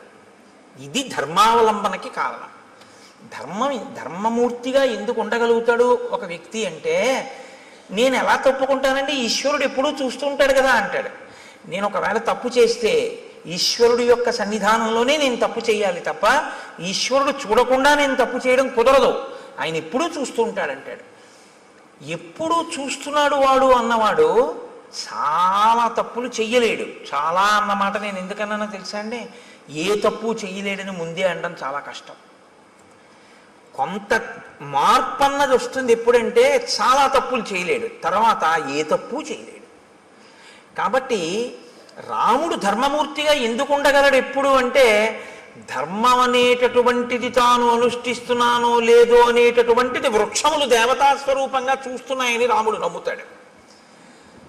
మనం అంటే నాలాంటి వాడైతే ఏమంటాడంటే ఎవరు చూడొచ్చారంట. ఇదే తేడా. ఇది అలవాటు చేసుకోవడం ధర్మానికి పునాదిరాయి. ఇది నిలబడాలి. ఇది నిలబడితే మార్పు వస్తుంది మనసులో. కాబట్టి నిశ్చేష్టానాం వధోరాజన్ కుచ్చితో జగతీపతే. ఓ జగతీపతి రామా, మనం స్థాణువుగా కదలలేని వాడిని చంపకూడదు. కాబట్టి ఇతను తన నోట్లో మన్ని పడేసుకునేటట్టు ఉన్నాడు. కాబట్టి ఈ రెండు బాహువులని తరిగేద్దాం. ఇతని శక్తి బాహువులే. ఎందుకని? దమనం లేదు, కదలలేడు. నోటితో కరవలేడు, ఎందుకంటే పొట్టకుంది నోరు. బోర్లా పడుకుని కరిచి పట్టుకోగలిగినటువంటి శక్తి లేదు. కానీ చేతులతో మాత్రం తడిమి పట్టుకుంటాడు. కాబట్టి చేతులు నరికేస్తే వీడు ఉన్నా ఒకటే, ఊడిపోయినా ఒకటే. అక్కడతో వీడు కూడా చచ్చిపోతాడు. ఎందుకంటే ఆహారం లేదు ప్రాణానికి. ఆహారం లేకపోతే ప్రాణము నిలబడదు, శోషించిపోయి పడిపోతుంది. మనం చంపక్కర్లేదు, వీడి యొక్క బలం ఎక్కడుందో దాన్ని తుంచేద్దాం. దాన్ని మాత్రం ఎందుకు తుంచాలి? మన్ని పట్టుకున్నాడు కాబట్టి, మన్ని ఇప్పుడు నోట్లో పడేస్తాడు కాబట్టి బాహువులు తుంచేద్దాం. కాబట్టి దక్షిణం బాహుం అసక్తామసినా తతః చిచ్ఛేద రామో వేగేన సవ్యం వీరస్తు లక్ష్మణ. రాముడు కుడి భుజాన్ని నిరికేశాడు, లక్ష్మణుడు ఎడమ భుజాన్ని నిరికేశాడు. రెండు చేతులు ఊడి కింద పడిపోయాడు. కింద పడిపోగానే అతను చాలా సంతోషపడిపోయాడు. ఇది విచిత్రం రామాయణంలో. చాలా సంతోషపడన్నాడు. ఓ, నేను ఎదురు చూసిన సంఘటన జరిగింది. ఇన్నాళ్ళు ఈ రెండు చేతులు నరికేవాడి కోసమే తడిమి పట్టుకుంటున్నాను, ఇవాళ వీటిని నరికేవాడు దొరికాడు. ఎవరు మీ ఇద్దరు అన్నాడు. అంటే వాళ్ళు నోర్ము నీకు మేం చెప్పడం ఏంటి అనరు. అది విచిత్రం. ఇది వినయం. వాళ్ళు ఎవరు అడగనివ్వండి, శూర్పణఖ అడిగినా చెప్తారు, ఎవరు అడిగినా చెప్తారు, ఎంత అందంగా అలాగని అనవసరమైనటువంటి చోట దీర్ఘంగా మాట్లాడరు. సమయాన్ని ఎంత పొదుపుగా వాడి మాట్లాడతారంటే ఎక్కడ ఎంతవరకు అవసరమో, ఏది అవతల ప్రాణికి చెప్పవలసి ఉంటుందో అక్కడ వరకే చెప్తారు తప్ప అదే పనిగా సొదపెట్టి అర్థం లేకుండా మాట్లాడడం ఉన్నది ఉండదు. అందుకే నేను మీతో మనవి చేస్తున్నాను, శ్రీరామాయణం మీరు బాగా చదివితే మాట్లాడడంలో ప్రజ్ఞ మీకు వస్తుంది.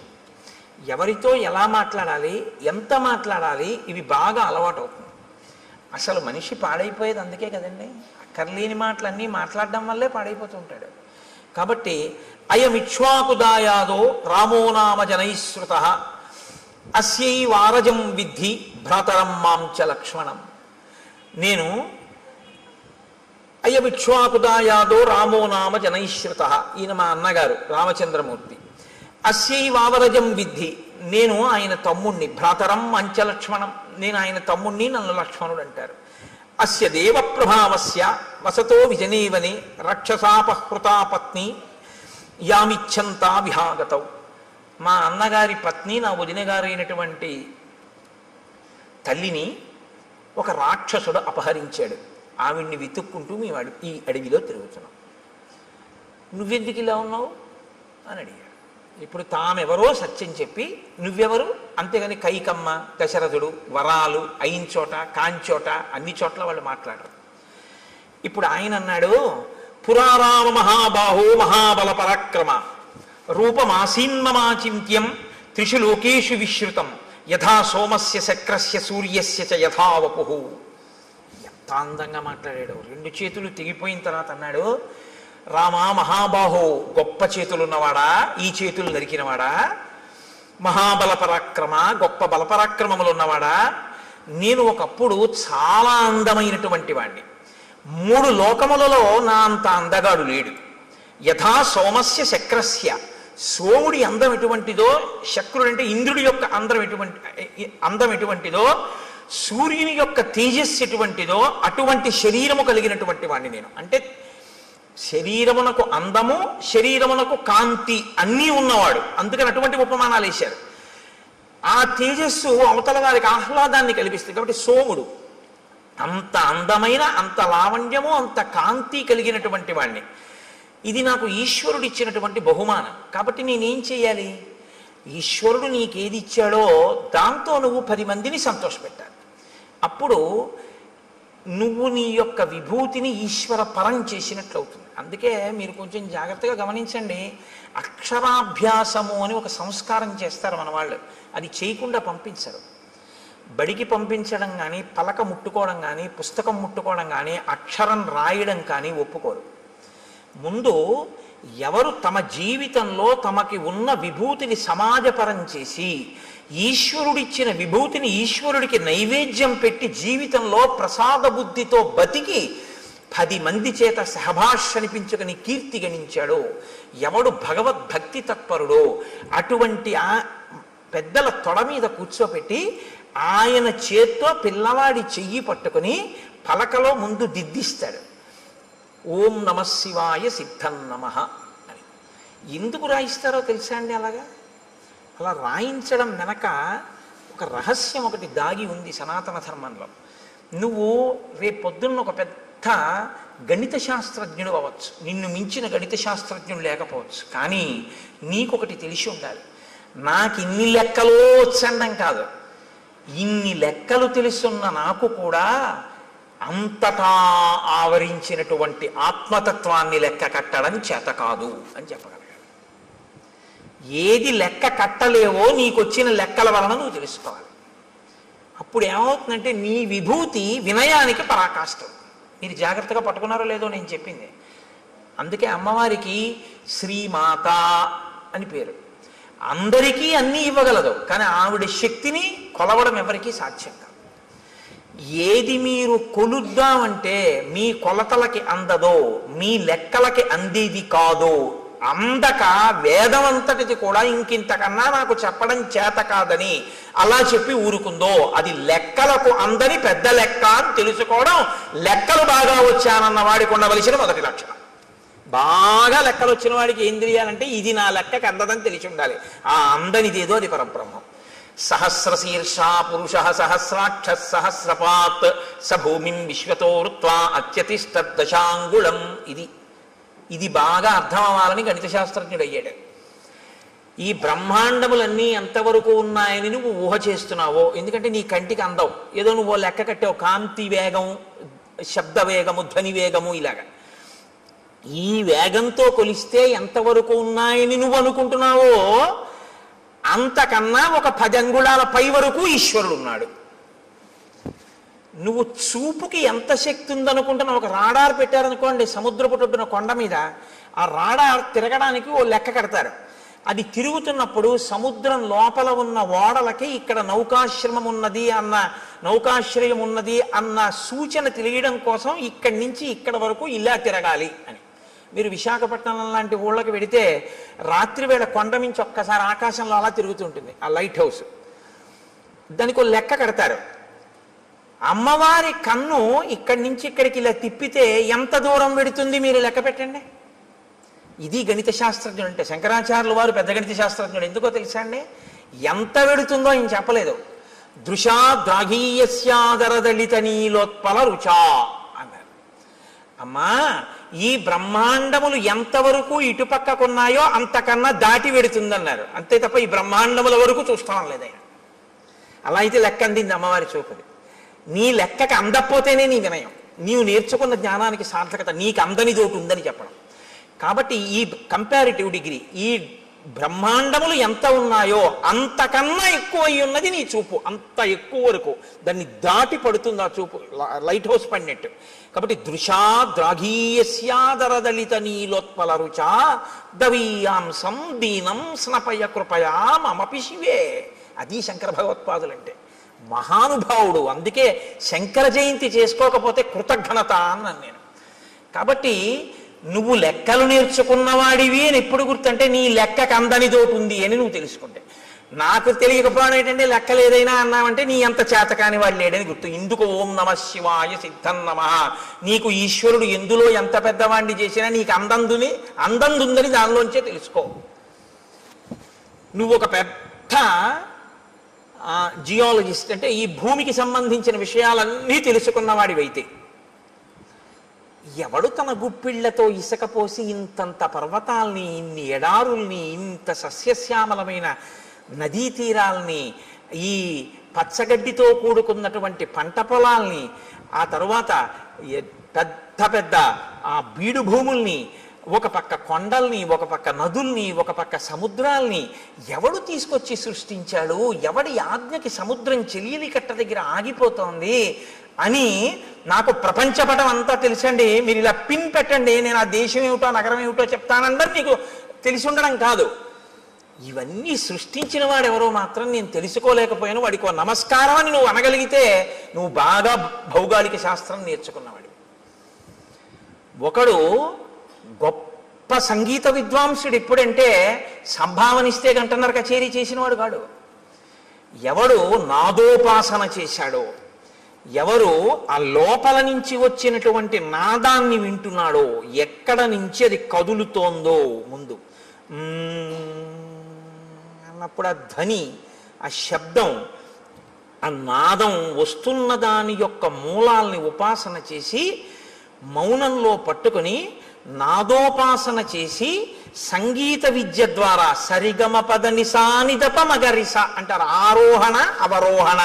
అవరోహణ అంటే కింద పడిపోవడం, ఈ ఈశ్వరుడి నుంచి విడిపోయి అజ్ఞానంలోకి రావడం. ఆరోహణ అంటే పైకెక్కి మళ్ళీ సాలోకి వెళ్ళిపోవడం ఈశ్వరుడి దగ్గరికి. మళ్ళీ సంగీతాన్నే పట్టుకుని కింద పడ్డవాడు సంగీతంతో మళ్ళీ పైకెక్కి సాలో కలిసిపోవడం, ఈశ్వరుల్లో కలిసిపోవడం. ఈ నాదోపాసన చేసిన వాడు ఎవడున్నాడో వాడు సద్గురువు అయి నిలబడిపోతాడు. అందుకే త్యాగరాజు గారు ఎవరో అని మీరు అన్నారనుకోండి, సంగీత విద్వాంసుడు అనకూడదు, సద్గురు త్యాగరాజస్వామి అనాలి. శ్యామశాస్త్రి గారు ఎవరో అన్నారనుకోండి, సద్గురు శ్యామశాస్త్రి అనవలసి ఉంటుంది. అలాగే దీక్షితర్ వారు ఎవరో అని మీరు అన్నారనుకోండి, సద్గురు దీక్షితర్ వారు అనవలసి ఉంటుంది. వారు సద్గురువులు. ఎందుకంటే వారు నాదోపాసన చేసి నాదోపాసన ద్వారా బ్రహ్మమును చేరిపోయారు వారు.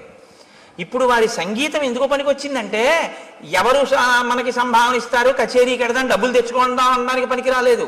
అంటే అలా వెళ్ళడం తప్పని నేనేమంటలేదు. కానీ అది ఎందుకు పనికి రావాలి అంటే నాదోపాసన అన్నది ఈశ్వరుణ్ణి చేరడానికి పనికి రావాలి. ఇప్పుడు అలా పనికొచ్చింది అనుకోండి, మీకు అలా పనికొచ్చినటువంటి ఉత్తర క్షణంలో ఈశ్వరుడు మీకు ఇచ్చిన విభూతి మీకు అందని దాన్ని అందుకోవడానికి పనికొచ్చేదే తప్ప అమ్ముకోవడానికి పనికొచ్చేది కాదు. మీకు ఒక కవనం వచ్చనుకోండి, మీకు గొప్పగా ఒక పద్యం చెప్పడం వచ్చనుకోండి, అది ఈశ్వరుడు గురించి చెప్పగలగాలి, 10 మందికి పనికొచ్చేది చెప్పాలి. అందుకే హరినామస్తుతి చేయు కావ్యము సువర్ణాంభోజి హంసావళి సురుజిభ్రాజితమై మానస సరస్ఫూర్తిని వెలుంగొందు అంటారు పోతన గారు. హరినామమును చెప్పినటువంటి సాహిత్యం ఏదుందో అది మానస సరోవరం. ప్రజ్ఞ ఉంది కదా అని పనికి మాలిన కవిత్వాలన్నీ చెప్పాడనుకోండి, అవి కాలగర్భంలో నశించిపోతాయి, ఇంకోటి సమయాన్ని పాడు చేస్తాయి అంతే. అప్పుడు అది ఎందుకు పనికొచ్చింది? భ్రష్టత్వానికి పనికొచ్చింది ఆ కవిత్వం. దానివల్ల ఉపయోగం ఏమైనా ఉంటుందా అంటే నక్కీరుడి అహంకారంలో ఉంటుందంతే ఆ కవిత్వం. కాబట్టి ఏది నీ యందు బాగా ప్రకాశించిందో దాన్ని బాగా పట్టుకుని నాకు ఇది తెలియదు, ఆ తెలియనిదేదో ఇది తెలియదని తెలుసుకోవడానికి నాకు తెలుసున్నది పనికొచ్చిందన్నవాడెవడో వాడు విద్వాంసుడు, వాడు పండితుడు. పండితుడు అన్న మాట ఎవరికి వర్తిస్తుందో తెలుసా అండి? పద్యాలు చెప్పేవాడికి కాదు. పండాహ అంటే జ్ఞానం. ఈశ్వరుణ్ణి నమ్మి ప్రతిరోజు భక్తితో అనుష్ఠించి నడిచేవాడెవరో ఆయనకి పండితుడని పేరు. అందుకే పోతన గారు సహజ పండితుడు అంటారు. కాబట్టి ఈ స్థితిని ఒరే నాన్న నువ్వు పొందాలి తప్ప నువ్వు ఏదో ఒక పెద్ద ఇంజనీరువై లంచాలు పుచ్చుకుని 3వ రోజు పడిపోయే బ్రిడ్జి కట్టకూడదు. నువ్వు ఒక పెద్ద గణిత శాస్త్రజ్ఞుడవై నాకు అన్నీ తెలిసిన అహంకరించి మట్టిలో కలిసిపోకూడదు. నీకు ఈశ్వరుడు నిన్ను గొప్ప విద్యాధికుణ్ణి చేసి దానితో పాటుగా పండితుణ్ణి చెయ్యాలి. అంటే దాన్నే అడ్డుపెట్టి నువ్వు ఈశ్వరుణ్ణి చేరుకునే ప్రయత్నం చెయ్యాలి. నేను మీకు ఒక ఉదాహరణ చెప్తాను. నాకు ఆ డాక్టర్ గారి పేరు జ్ఞాపకం లేదు, కానీ నేను లలితమ్మ గురించి ఉపన్యాసాలు చెప్పేటప్పుడు తరచూ కోట్ చేస్తుంటాను.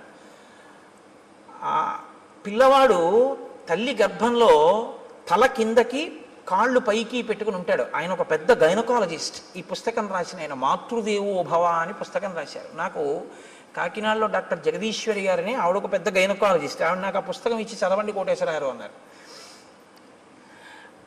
అందులో ఆయన అన్నారు, తల కిందకి కాళ్ళు పైకి పెట్టి 9 నెలలు అయిపోతుంది, లోపల పెరిగిపోతాడు వీడు. అమ్మ నాభిగొట్టంలోంచి ఆహారం వెడుతూ ఉంటుంది. ఇప్పుడు అమ్మ తినకూడనిది తింది, లోపల వీడి యొక్క శరీరం ఎటువంటిదో తెలుసు. నజ్జు శరీరం అనుకోండి, వీడికి పడిశం పట్టేస్తుంది. పడిశం పట్టేస్తే ఏమవుతుంది? తల కిందకుంది. ఇప్పుడు ముక్కులో పట్టినటువంటి పదార్థం వెనక్కి వెళ్ళిపోతూ ఉంటుంది. గుటక వేయడం చాలా కష్టం, ఉక్కిరి బిక్కిరి అయిపోతూ ఉంటాడు. అమ్మ ఇంకో సీతాఫలం తింటుంది. ఆవిడికి ఏం తెలుసు? బయటకు వస్తేగా వాడిది నజ్జు శరీరం అని తెలియడానికి. లోపల జ్వరం తగులుతుంది. కానీ వాడికి చల్లగా ఉంటే బాగుండనిపిస్తుంది, కటిక చీకటి. ఇంతలో వాడికి ఏమవుతుందంటే లోపల అతిసారం పుడుతుంది. వాడు మలం ఎక్కువ విసర్జించేస్తాడు. విసర్జించేస్తే అందులోంచి చిన్న చిన్న పురుగులు పుట్టి కరిచేస్తుంటాయి ఒంటిని. ఇలా పడుంటాడు. తన మలమూత్రములు తన నోటి దగ్గరికి వచ్చేస్తుంటాయి, చెవుల్లో కెడుతుంటాయి. అందుకే గర్భస్థ నరకం అంటారు. నవమాసంబులు తల్లి గర్భమున నానారోతలంచిక్కి నాకు అవకాశం విషుమంతలేకపడి హాకష్టముల్ భీతితో నవమాసంబు ఘటిల్లే చాలునాకా గర్భవాసంబు నివసింపన్ పని తీర్చి కావుమికనన్ని సత్కృపన్ శంకర అంటారు. అప్పుడు ఈశ్వరుణ్ణి ప్రార్థిస్తాడు, నేను ఉండలేకపోతున్నాను ఈశ్వర, ఒక్కసారి ఈ శరీరంతో బయటికి వెళ్ళని, దీంతోటే నేను సేవించుకుని నీలో కలిసిపోతానంటాడు. ఈశ్వరుడు ఏం చేస్తాడంటే ప్రసూతి వాయు రూపంలో తల్లి యోనిలోంచి పైకి తోసేస్తాడు. ఇప్పుడు వచ్చి బయటపడతాడు. బయట పడగానే కటిక చీకట్లోంచి ఒక్కసారి పెద్ద వెలుతురులోకి వస్తాడు. ఇప్పటి వరకు తానేమి చూడలేదు. అంతంత ప్రాణులు ముక్కుకి గుడ్డగట్టుకుని డాక్టర్ గారు, అమ్మ, పెద్ద కడుపు, ఎవరెవరో మనుషులు, పెద్ద పెద్ద దీపాలు, గోడలు. వాడి ఇంటి కన్ను ఇలా విప్పి చూసేటప్పటికి ఆ వెలుతురు తట్టుకోలేక, వాతావరణాన్ని తట్టుకోలేక ఉత్తర క్షణంలో వాడి హృదయ స్పందన ఆగిపోతుంది. వాడి ఊపిరితిత్తులు ఇలా ఇలా ఇలా ఇలా అంటున్నవి ఇలా అయిపోతాయి. జీర్ణ వ్యవస్థ ఇలా సంకోచించిపోయి వాడి శరీరంలో ఉన్న మలమంతా గడ్డకట్టి వాడి ప్రాణోత్క్రమణం అయ్యే స్థితి వస్తుంది. వస్తే ప్రపంచంలో ఇప్పటి వరకు ఎక్కడా తయారు కానటువంటి పదార్థం, నా కడుపున పుట్టిన బిడ్డ అని అమ్మవాడిని చూసుకుని మురిసిపోతుంది. అమ్మ మురిసిపోయి తన స్తన్యాన్ని తీసి వాడి నోట్లో పెట్టగానే ఎలా ఊరుతుందో ప్రపంచంలో ఎవ్వరికీ తెలియదు. కోలోస్ట్రమ్ అనబడేటటువంటి ఒక పసుపచ్చటి జిగురు పదార్థం అమ్మ స్తన్యంలోంచి కొడుకు నోట్లోకి ఎడుతుంది. దాన్ని చప్పరిస్తాడు అంతే. ఊపిరితిత్తులు పనిచేసి, గుండె పనిచేసి, జీర్ణావయం పనిచేసి నల్లటి మలం విసర్జించగలిగిన శక్తి వస్తుంది. వచ్చి పిల్లాడు బతుకుతాడు. పిల్లాడు బ్రతకడానికి కావలసినటువంటి ఆ కోలోస్ట్రమ్ అనబడేటటువంటి పసుపచ్చటి పదార్థం పిల్లవాడు కాని పిల్ల కాని పుట్టగానే వాణ్ణి చూసుకోగానే నా బిడ్డ అన్న ఆనందం కలగగానే మాతృత్వపు ఆనందపు అంచుల వలన అమ్మ శరీరంలో ఉత్పత్తి అయి స్తన్యంలోంచి స్రవింపబడేటటువంటి పదార్థాన్ని నేను సాక్షాత్ జగన్మాతగా చూస్తున్నాను. ఆ కోలోస్ట్రం వల్ల ఈ లోకంలో ఇన్ని ప్రాణులు పుట్టి బతుకుతున్నాయి. నేను నేర్చుకున్న గైనకాలజీతో నేను తెలుసుకున్నది ఏమిటంటే ఆ కోలోస్ట్రమ్ అన్న పదార్థంలో అమ్మవారు ఉంది అని రాసుకున్నాడు ఆయన ఆ పుస్తకంలో. ఇది ఆ డాక్టర్ గారి ధన్యతకి కారణం. తను చదువుకున్న గైనకాలజీ ఎందుకు పనికొచ్చిందంటే ఈశ్వరుణ్ణి తెలుసుకోవడానికి. ఈ ప్రాణులను మేము కాదు ఆపరేట్ చేస్తున్నది. ఇన్నాళ్ళకి ఒక పిల్లవాడు పుట్టాడు అంటే ఆ పిల్లవాడిని లోపల ఉంచినవాడు, పైకి తెచ్చినవాడు, బతికించినవాడు ఆ తల్లి జగన్మాత, ఆ పరాశక్తి. ఆ పరాశక్తి అమ్మ రూపంలో వచ్చి బతికించింది అని తను తెలుసుకుని నమస్కరించిన వాడు ఉన్నాడే, వాడు విద్వాంసుడు, వాడు పండితుడు. అందుకు పనికొచ్చింది ఆయన చదువు. ఆవిడ ప్రసవ వేదనతో అక్కడ కొట్టుమిట్టి ఆడిపోతుంటే డబ్బట్టుకొస్తే తప్ప ఆపరేషన్ చేయనన్న డాక్టరు దౌర్భాగ్యుడు. వాడి చదువు ఎందుకు పనికొచ్చినట్టు? ఏం భయమా? రామాయణం చెప్పడానికి భయం ఏంటండి? నేను రామాయణం చెప్తున్నాను కదా.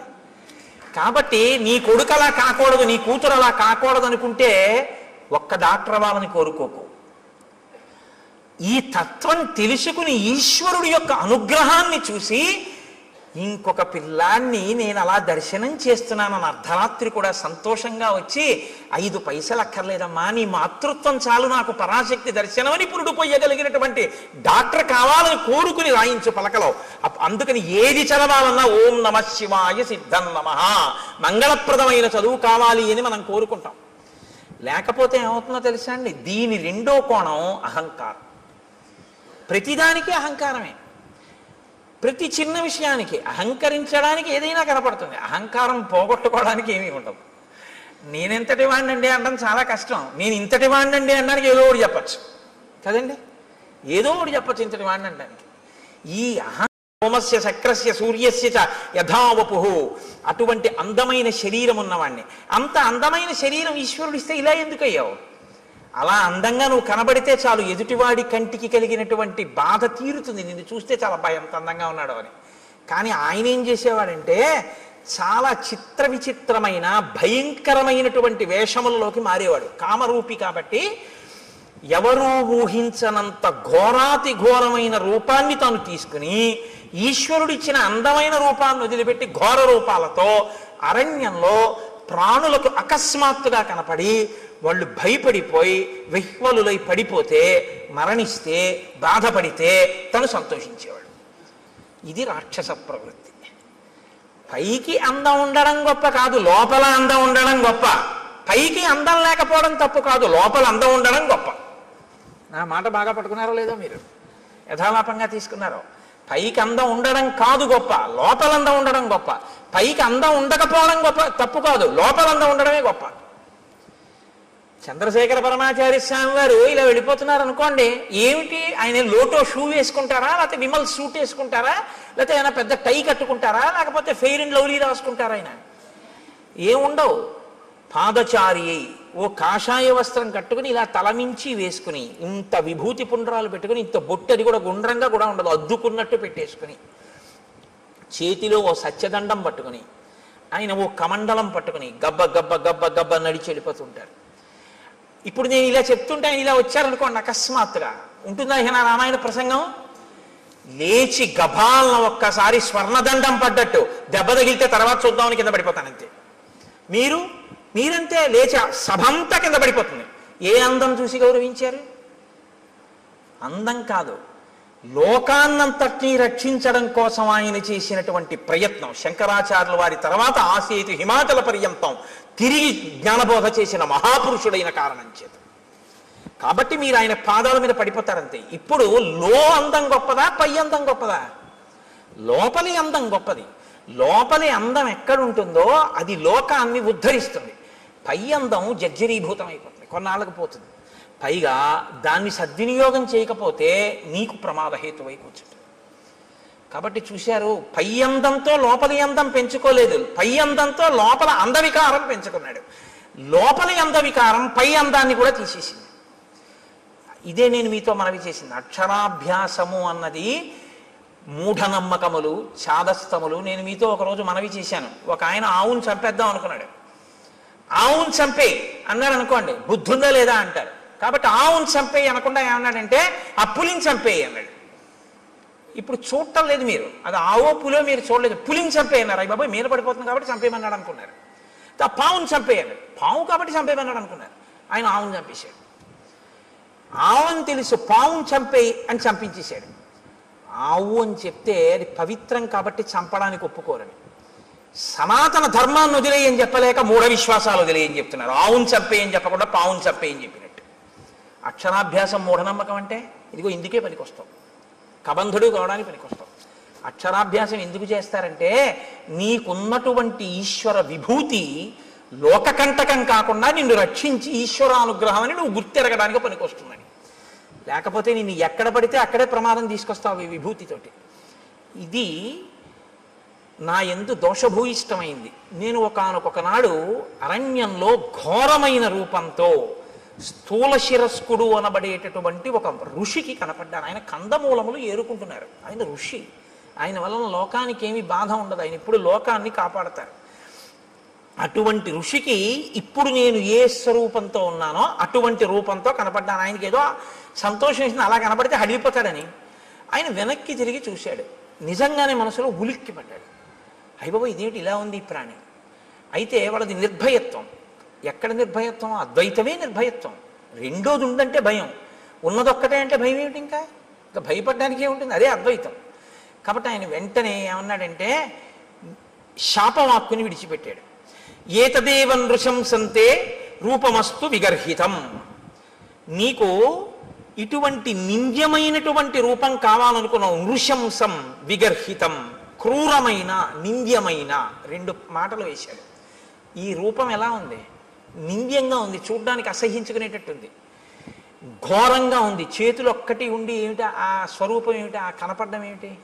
అప్పటికి తలకాయ ఉంది ఆయనకి ఇంకాను. కాబట్టి నువ్వు ఇలాగే అరణ్యంలో పడి ఉండు అన్నాడు. ఇప్పుడు అసలు ఉన్న అందం పోయింది. ఇప్పుడు ఏం చేశాడు? ఉన్న అహంకారం అప్పుడు పోయి మహర్షి కాళ్ళ మీద పడ్డాడు. ఇప్పుడు మీరు నన్ను మాట అడగచ్చు ఏంటంటే, అంటే మరి పాపం ఆ పాటి దానికి ఏదో బుద్ధి చెప్పాలి కానీ అలా బొత్తిగా శాపం ఇచ్చేయడం ఏమిటండి అంటే, మీరు జ్ఞాపకం పెట్టుకోండి, శాపం ఎప్పుడూ కూడా అనుగ్రహము. శాపవాక్కు అందరూ శాపానుగ్రహము అంటారు. దాని చేత మార్పు తీసుకొస్తారు తప్ప అలాగే పడి ఉండు అని అనరు. ఆ బాధ తెలిస్తే ఆ తరువాతి కాలంలో ఏమవుతాడంటే ఇంకెప్పుడూ ఇటువంటి తప్పు పని చేయకుండా లోకానికి ఉపకారం చేస్తాడు. ఇక లోకోపకారం మొదలు పెడతాడు. అవతల వాడి బాధ తన బాధగా స్వీకరించి అవతల వాడికి మాట సాయమో చేతి సాయమో ఏదో ఒక సాయం మొదలు పెడతాడు. ఈ ప్రవృత్తి ఎక్కడ రావాలంటే లోపల దిద్దుబాటు జరగాలి. లోపల దిద్దుబాటు జరగాలి అంటే కొంతకాలం కష్టపడాలి, తప్పదు. ఏళ్ళనాటి శని జాతకంలోకి వచ్చిందనుకోండి, ఎందుకు భయపడతారు? ఆయన కష్టపెడతాడు. శనైహి శనైహి చరహ, మెల్లమెల్లగా వెడుతూ కష్టపెడతాడు. కానీ ఆ కష్టపెట్టడం వల్ల ఏమవుతుందో తెలుసా అండి? గొప్ప పరిణతి వస్తుంది, గొప్ప అనుభవం వస్తుంది. తరువాతి కాలంలో ఆయన కీర్తికి కారణమవుతుంది. అందుకే ఏలినాటి శనిని ఎప్పుడూ దూషించకూడదు. మీరు ఆయన్ని నమస్కారం చేసి ప్రార్థన చేస్తే ఆయన దాన్ని ఇంకొకలా మారుస్తాడు. ప్రతిరోజు తిరగవలసిన దాన్ని గుడి చుట్టూ తిరగడంగా మారుస్తాడు భక్తి ఇచ్చి. కాబట్టి ఇప్పుడు శాపానుగ్రహం ఎందుకు ఇస్తారు? మార్పు తీసుకురావడం కోసం ఇస్తారు. వెంటనే తనకు అర్థమైంది, అయ్య బాబోయ్ ఇలా ఉండడమా, పడ్డాడు మహర్షి కాళ్ళ మీద. ఇప్పుడు పడి అన్నాడు, ఎప్పుడు నాకు ఈ శాప విమోచనం అని అడిగాడు. అయితే మారావు కదా, ఇప్పుడే అన్నారు అనుకోండి, ఆ బుద్ధి మళ్ళీ మారిపోతుంది. అందులో ఆ బాధ ఏమిటో తెలియాలి. ఆయన అన్నాడు, యదాచిత్వా భుజౌ రామ త్వాం దహే ద్విజనే వనే తదాత్వం ప్రాప్స్యసే రూపం స్వమేవ విపులం శుభం. నీవు అరణ్యంలో పడి ఉండి ప్రాణుల్ని తింటుంటే ఒకానొకప్పుడు రామచంద్రమూర్తి అరణ్యంలోకి వచ్చి నీ భుజములను తెగనరుకుతారు. ఆ తెగనరికి అరణ్యంలో నిన్ను కాల్చేస్తారు. ఎందుకంటే ఆ ప్రాణి అలా ఉండిపోవడానికి వీల్లేదుగా, కాల్చబడాలి. సంస్కారం రాముడి దగ్గర ఉన్న గొప్పతనం అదే. మీతో నేను మనవి చేశా. అంత్యేష్టి సంస్కారం చేస్తాడే, ప్రాణిని కాల్చేస్తాడు. అంటే చనిపోయినటువంటి ప్రాణిని అలా వదిలిపెట్టి వెళ్ళిపోడు, దానికి అంత్యేష్టి చేస్తాడు. పొద్దున్నే భోజనం చేస్తూ గోపాలకృష్ణ గారు నేను దాని గురించే కాసేపు ముచ్చటించాం. అలా ఎందుకు చేస్తాడండి రాముడు అని ఆయన ఏదో ప్రశ్న వేస్తే చెప్తున్నాను. ప్రతి ప్రాణికి కూడా దేవతలు ఆవహించి ఉంటారు. పాణి చెయ్యి ఉందనుకోండి ఇంద్రుడు ఉంటాడు, వాక్కు అగ్నిహోత్రం ఉంటుంది, కన్ను సూర్యుడు ఉంటాడు. ఇప్పుడు మీరు విడిచిపెట్టి వెళ్ళిపోయారనుకోండి, విడగొట్టాలి మంత్రం చేత. విడగొట్టేసేసి, అంటే ప్రత్యేకించి మనుష్య శరీరానికైతే, మిగిలిన వాటికైతే ప్రాణ అపాన వ్యాన ఉదాన సమాన నాగ కూర్మ కృకర ధనంజయ దేవదత్తముల్లో ధనంజయం అన్న వాయువు చేసేస్తుంది. మనుష్య ప్రాణికి ఈ దేవతలందరినీ కూడా మంత్రభాగంతో విడతీసేస్తారు. విడతీసి మళ్ళీ ఈ శక్తుల్ని దేవతల్లో కలుపుతారు. కలిపి జడమైపోయి మిగిలిపోయినటువంటి దేహాన్ని అగ్ని యందు దహించేస్తారు. కాబట్టి అది సంస్కారం. అంత్యేష్టి సంస్కారం 16వ సంస్కారం. అన్ని 16 మీద నడుస్తాయి సనాతన ధర్మంలో మనిషి జీవితం. అందుకని షోడశ కళా ప్రపూర్ణుడు చంద్రుడు, షోడశ సంస్కార ప్రపూర్ణుడు మనుష్యుడు. అంటే 16వ సంస్కారంగా అంత్యేష్టి జరగాలి. కాబట్టి రాముడు ఎక్కడెక్కడ ఇటువంటి శరీరాలు కనపడ్డా వాటిని ఆయన దహిస్తాడు. అందుకని నువ్వు రాముడి చేత వధింపబడి దహింపబడితే నీ పూర్వరూపం వస్తుంది. ఇక్కడ మీరు ఒక విషయాన్ని కనిపెట్టాలి. ఎవరికైనా తెలియదేమో కానీ మునులకు మాత్రం తెలిసి రామావతారం వస్తుంది. ఈ దేశంలో త్రికాల వేదులు వాళ్ళు. అందుకే ఈ దేశంలోనే ఒక గొప్ప శాస్త్రం ఉంది, జ్యోతిషము అని. వేద పురుషునికి జ్యోతిషము నేత్రస్థానంలో ఉంటుంది, వేదాంగము అని. అంటే ఇప్పుడు కళ్ళు లేనివాడు ఉన్నాడు అనుకోండి, మీరు గుళ్ళోకి తీసుకొచ్చి విగ్రహం దగ్గరికి తీసుకెళ్ళి ఇదిగో ముట్టుకో, ఇది గణపతి, ఇదిగో ఇలా ముట్టుకో తొండం అన్నారనుకోండి, ఆయన చూసి ఓహో అంటాడు. అదిగో అవే ధ్వజస్తంభకు చిరుగంటలు అన్నారనుకోండి, ఆయన చూడగలరా? అదే శిఖ గోపురం అన్నారనుకోండి, ఆయన చూడలేడు, మీరు గోపురం ఎక్కించలేరు. దూరంగా ఉన్నది చూడడానికి కన్ను పనికొస్తుంది, కాలంలో వచ్చేదాన్ని లెక్క కట్టడానికి జ్యోతిషం పనికొస్తుంది. అందుకని వేద పురుషుడికి నేత్రస్థానంలో ఉంటుంది జ్యోతిష శాస్త్రం వేదాంగంగా. కాబట్టి మహర్షులు త్రికాల వేదులు, వాళ్ళకి అన్నీ తెలుసు ఏం జరగబోతోందో. కాబట్టి వాళ్ళు రాబోయే రామావతారాన్ని లెక్కలోకి తీసుకున్నాడు ఆయన. తీసుకుని రామావతారం వచ్చి రాముడు అడవికి వచ్చాక రాముడి చేతిలో నీ చేతులు ఖండింపబడి నీ దేహము దహింపబడితే నీకు మళ్ళీ యథారూపం వస్తుంది. కాబట్టి రామ ఇందుకు నీ సంతోషించాను, నా చేతులు నరికేవాడు వచ్చాడని. ఎవడో నరికాడా? రాముడే నరికాడా? అందుకు అడిగాను. కాబట్టి రామ నేను ఎవరు పూర్వం అంటే శ్రియోమాం మధ్యమం పుత్రం ధనుం నామ్నాచ దానవం ఇంద్రకోపాదిదం రూపం ప్రాప్తమేవం రణాజిరే. నేను శ్రీ అనబడేటటువంటి వాని యొక్క మధ్యమపుత్రుడైన ధనువు అనబడేటటువంటి పేరున్నవాడిని. నాకు స్థూల శిరస్కుడు అనబడేటటువంటి ఋషి శపిస్తే నేను అక్కడతో ఊరుకోలేదు. ఆ రూపం వచ్చే లోపల నేను బ్రహ్మగారి గురించి ఘోరమైన తపస్సు చేశాను. బ్రహ్మగారు ప్రత్యక్షమై అన్నాడు, దీర్ఘాయుష్మాన్ భవ అన్నాడు.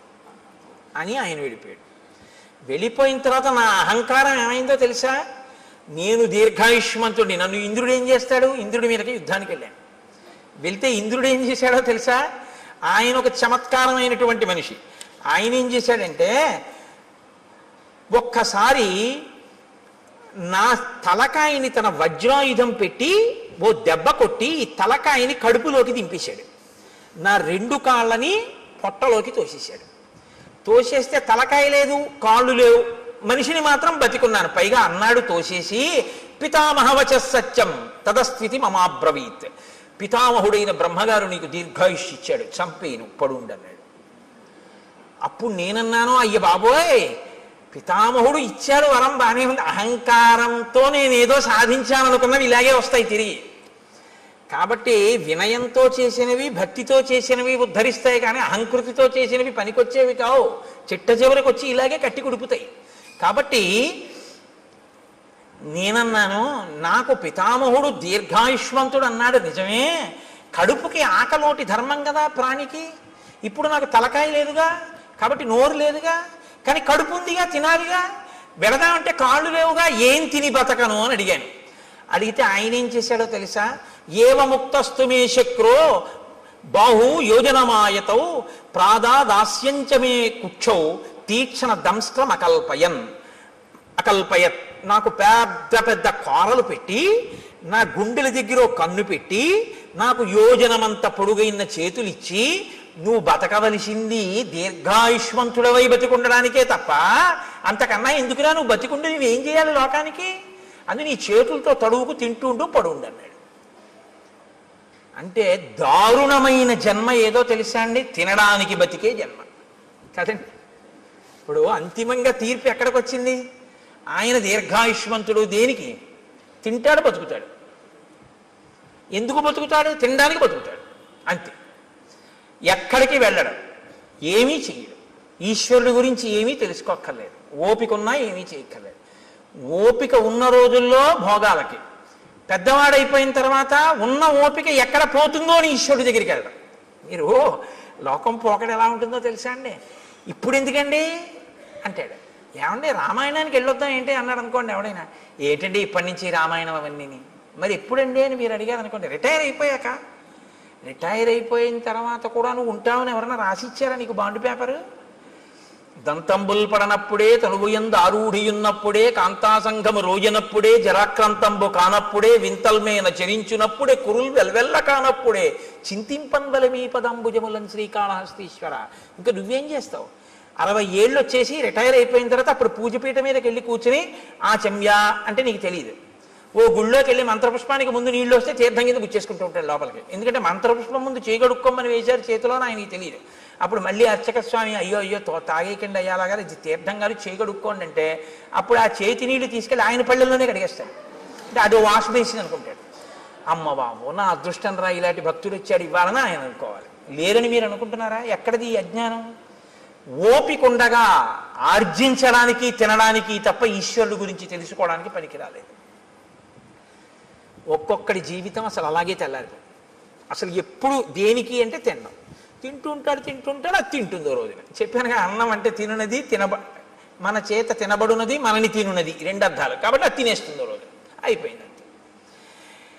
కాబట్టి నీకు దీర్ఘాయుష్యే కదరా కావాలి. దానికి ఓ నోరు చాలు, ఆహారాన్ని చూసుకోవడానికి ఒక కన్ను చాలు, వెతుక్కు లాక్కోవడానికి ఓ 2 చేతులు చాలు. నువ్వు ఎక్కడికి వెళ్ళాలి? ఓ గుడికి వెళ్ళాలా, గోపురానికి వెళ్ళాలా? ఉంటే భయపెడతావు ఎక్కడికన్నా వెడితే. ఎందుకు నాన్న అలా పడుండు, దీర్ఘాయుష్మంతుడు అయి ఉండు.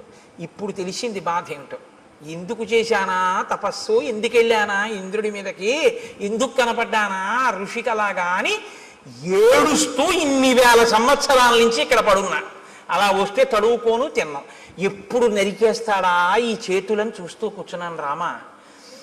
ఇప్పుడు నువ్వు ఈ చేతులు నరికి ఒళ్ళు కాల్చేయి. ఎంత తొందరపడిపోయాడో తెలుసా అండి? సూర్యాస్తమయం అయిపోతోంది, అలిసిపోయిన రథాలతో వెళ్ళిపోతున్నాడు సూర్యుడు. సూర్యాస్తమయం అయితే కాల్చవు నువ్వు, ధర్మం. రామచంద్రమూర్తి చెయ్యడు అంచేసి సూర్యాస్తమయం అయితే. కాబట్టి అవ్వకుండా తొందరగా నన్ను ఒక గొయ్యి తీయించి అందులో పడేసి భూమి మీద పడుకోబెట్టి అంటించడానికి ఏం కుదరదు, అంత పెద్ద రాక్షసాకారం అది.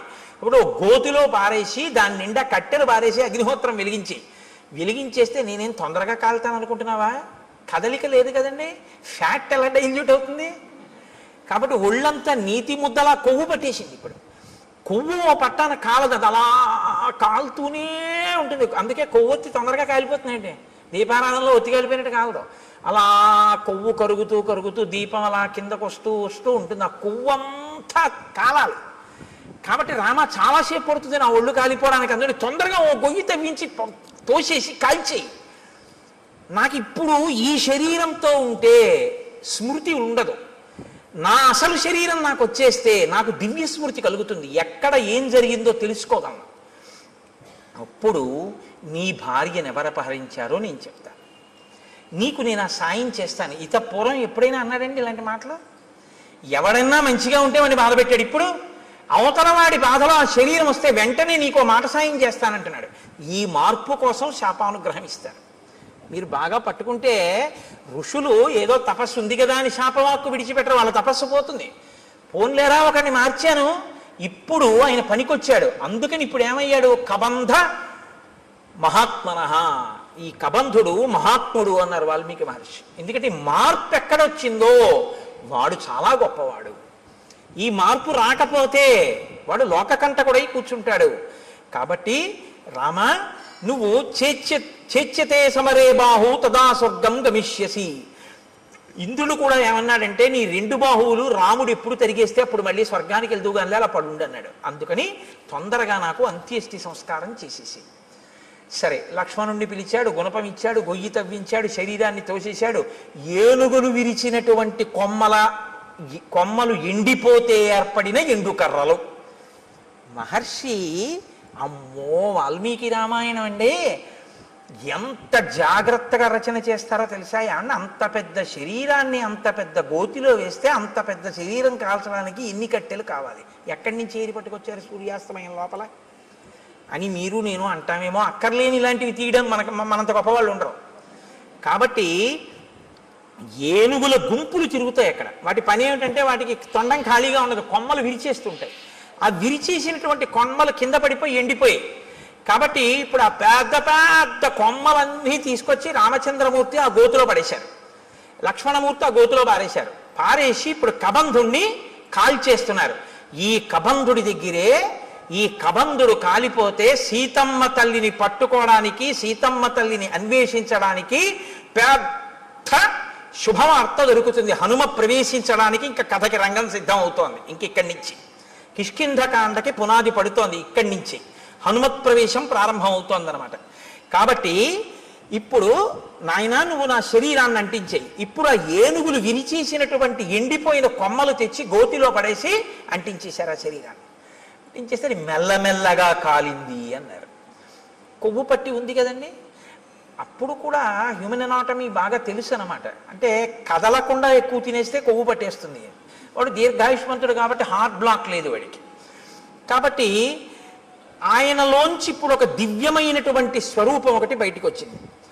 తతశ్చితాయా వేగేన భాస్వరో విమలాంబర ఉత్పపాతాశు సంహృష్ట సర్వ ప్రత్యంగభూషణ విమానే భాస్వరే తిష్టన్ హంసయుక్తే శస్కరే ప్రభయాచ మహాతేజ దిశో దశ విరాజయన్.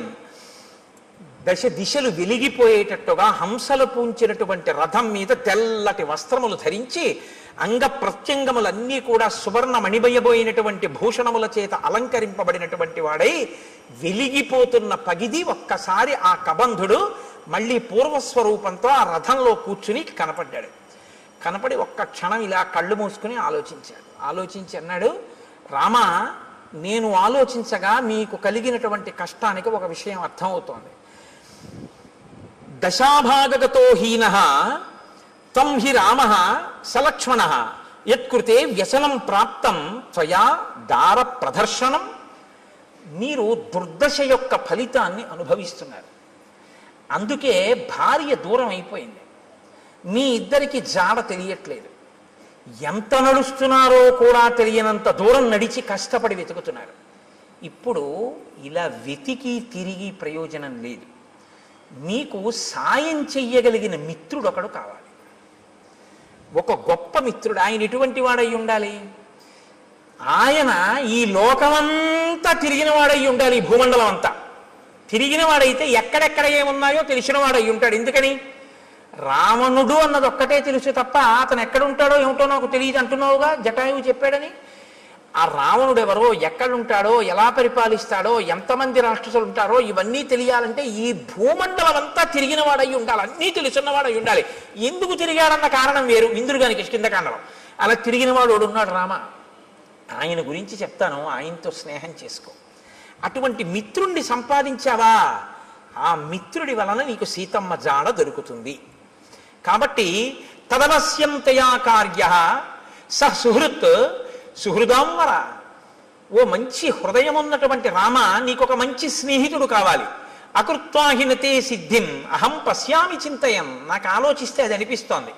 శ్రూయతాం రామ వక్ష్యామి సుగ్రీవో రామ వానర భ్రాతా నిరస్త క్రుద్ధేన వాలినా శక్రసూనునా ఋష్యమూకే గిరివరే పంపా పర్యంత శోభితే నివసత్యాత్మవాన్ వీర చతుర్భిః సహవానరై వానరేంద్రో మహావీర్య తేజోవాన్ అమిత ప్రభ సత్యసంధో వినీతశ్చ ధృతిమాన్ మతిమాన్ మహాన్ దక్ష ప్రగల్భో ద్యుతిమాన్ మహాబల పరాక్రమ భ్రాత్రా నివాసితో రామ రాజ్యహేతోర్మహాబల స వృక్షరజస పుత్ర పంపామటతి శంకిత భాస్కర శౌరస పుత్రో వాలినా కృతకిల్బిష. సూర్య భగవానుడి యొక్క ఔరసపుత్రుడైనటువంటి సుగ్రీవుడనబడేటటువంటి ఒక వానర రాజు ఋష్యమూక పర్వత శిఖరముల మీద ఉన్నాడు. కారణాంతరముల చేత తన అన్నగారైనటువంటి వాలి చేత రాజ్యంలోంచి బయటికి వెళ్ళగొట్టబడ్డాడు. వెళ్ళగొట్టబడి నలుగురు వానరులు తన చుట్టూ సేవిస్తూ ఉండగా, అందులోనే ఉన్నారు హనుమ, నలుగురు వానరులు సేవిస్తుండగా సుగ్రీవుడు ఋష్యమూక పర్వతం మీద ఉన్నాడు. అపారమైన బలవంతుడు, ఈ భూమండలంలో ఎక్కడ ఏమున్నాయో అన్నీ తెలుసున్నవాడు. అతనితో నువ్వు అగ్నిసాక్షిగా స్నేహం చేసుకుంటే అతను దశ దిశలకి వానరములను పంపించి సీతమ్మ యొక్క జాడ కనిపెడతాడు. నువ్విలా తిరిగి తెలుసుకోక్కర్లేదు రామ. కాబట్టి ఇప్పుడు నీకు మిత్ర సహాయం అవసరమయ్యింది. అతను మహాబలపరాక్రమములు కలిగినటువంటి వాడు, గొప్ప వీర్యవంతుడు, వానరేంద్రుడు, తేజస్సున్నవాడు, సత్యసంధుడు, నీతి కలిగినటువంటి వాడు, పట్టుదల ఉన్నటువంటి వాడు, మంచి మతి కలిగినటువంటి వాడు, దక్షత కలిగినటువంటి వాడు, కాంతి కలిగినటువంటి వాడు. అటువంటి వాడితో నువ్వు స్నేహం చేసుకుంటే ఆయన నీ కార్యంలో సాయం చేస్తాడు. కాబట్టి ఆ వృక్షరజస్సు యొక్క కుమారుడైనటువంటి సుగ్రీవుడితో నువ్వు వెంటనే స్నేహం చేసుకోవడానికి ఋష్యమూక పర్వతానికి బయలుదేరు. ఆ ఋష్యమూక పర్వతం ఎక్కడుంది అంటావేమో, నీకు దారి చెప్తాను చూడు. రామాయణం ఎంత ఆప్యాయంగా ఉంటుందో తెలుసా అండి. హైదరాబాదు ఎప్పుడు ఆయన వెళ్ళలేదు. ఆయన కొడుకుని మొదటిసారి పంపిస్తున్నాడు ఉద్యోగానికి.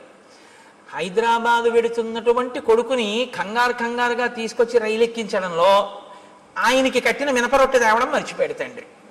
ఎప్పుడూ హైదరాబాదు వెళ్ళే అలవాటు ఉన్నటువంటి మేనమామ గారు వచ్చాడు స్టేషన్కి.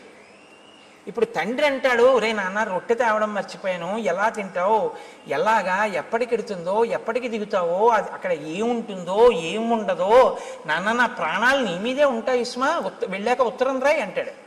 మేనమామ గారు అంటాడు, రే నీకేం భయం లేదు, ఇప్పుడు ట్రైన్ బయలుదేరుతుందా, బయలుదేరగానే మొదటి స్టేషను అనపర్తి, రెండో స్టేషను ద్వారపూడి, మూడో స్టేషను రాజమండ్రి.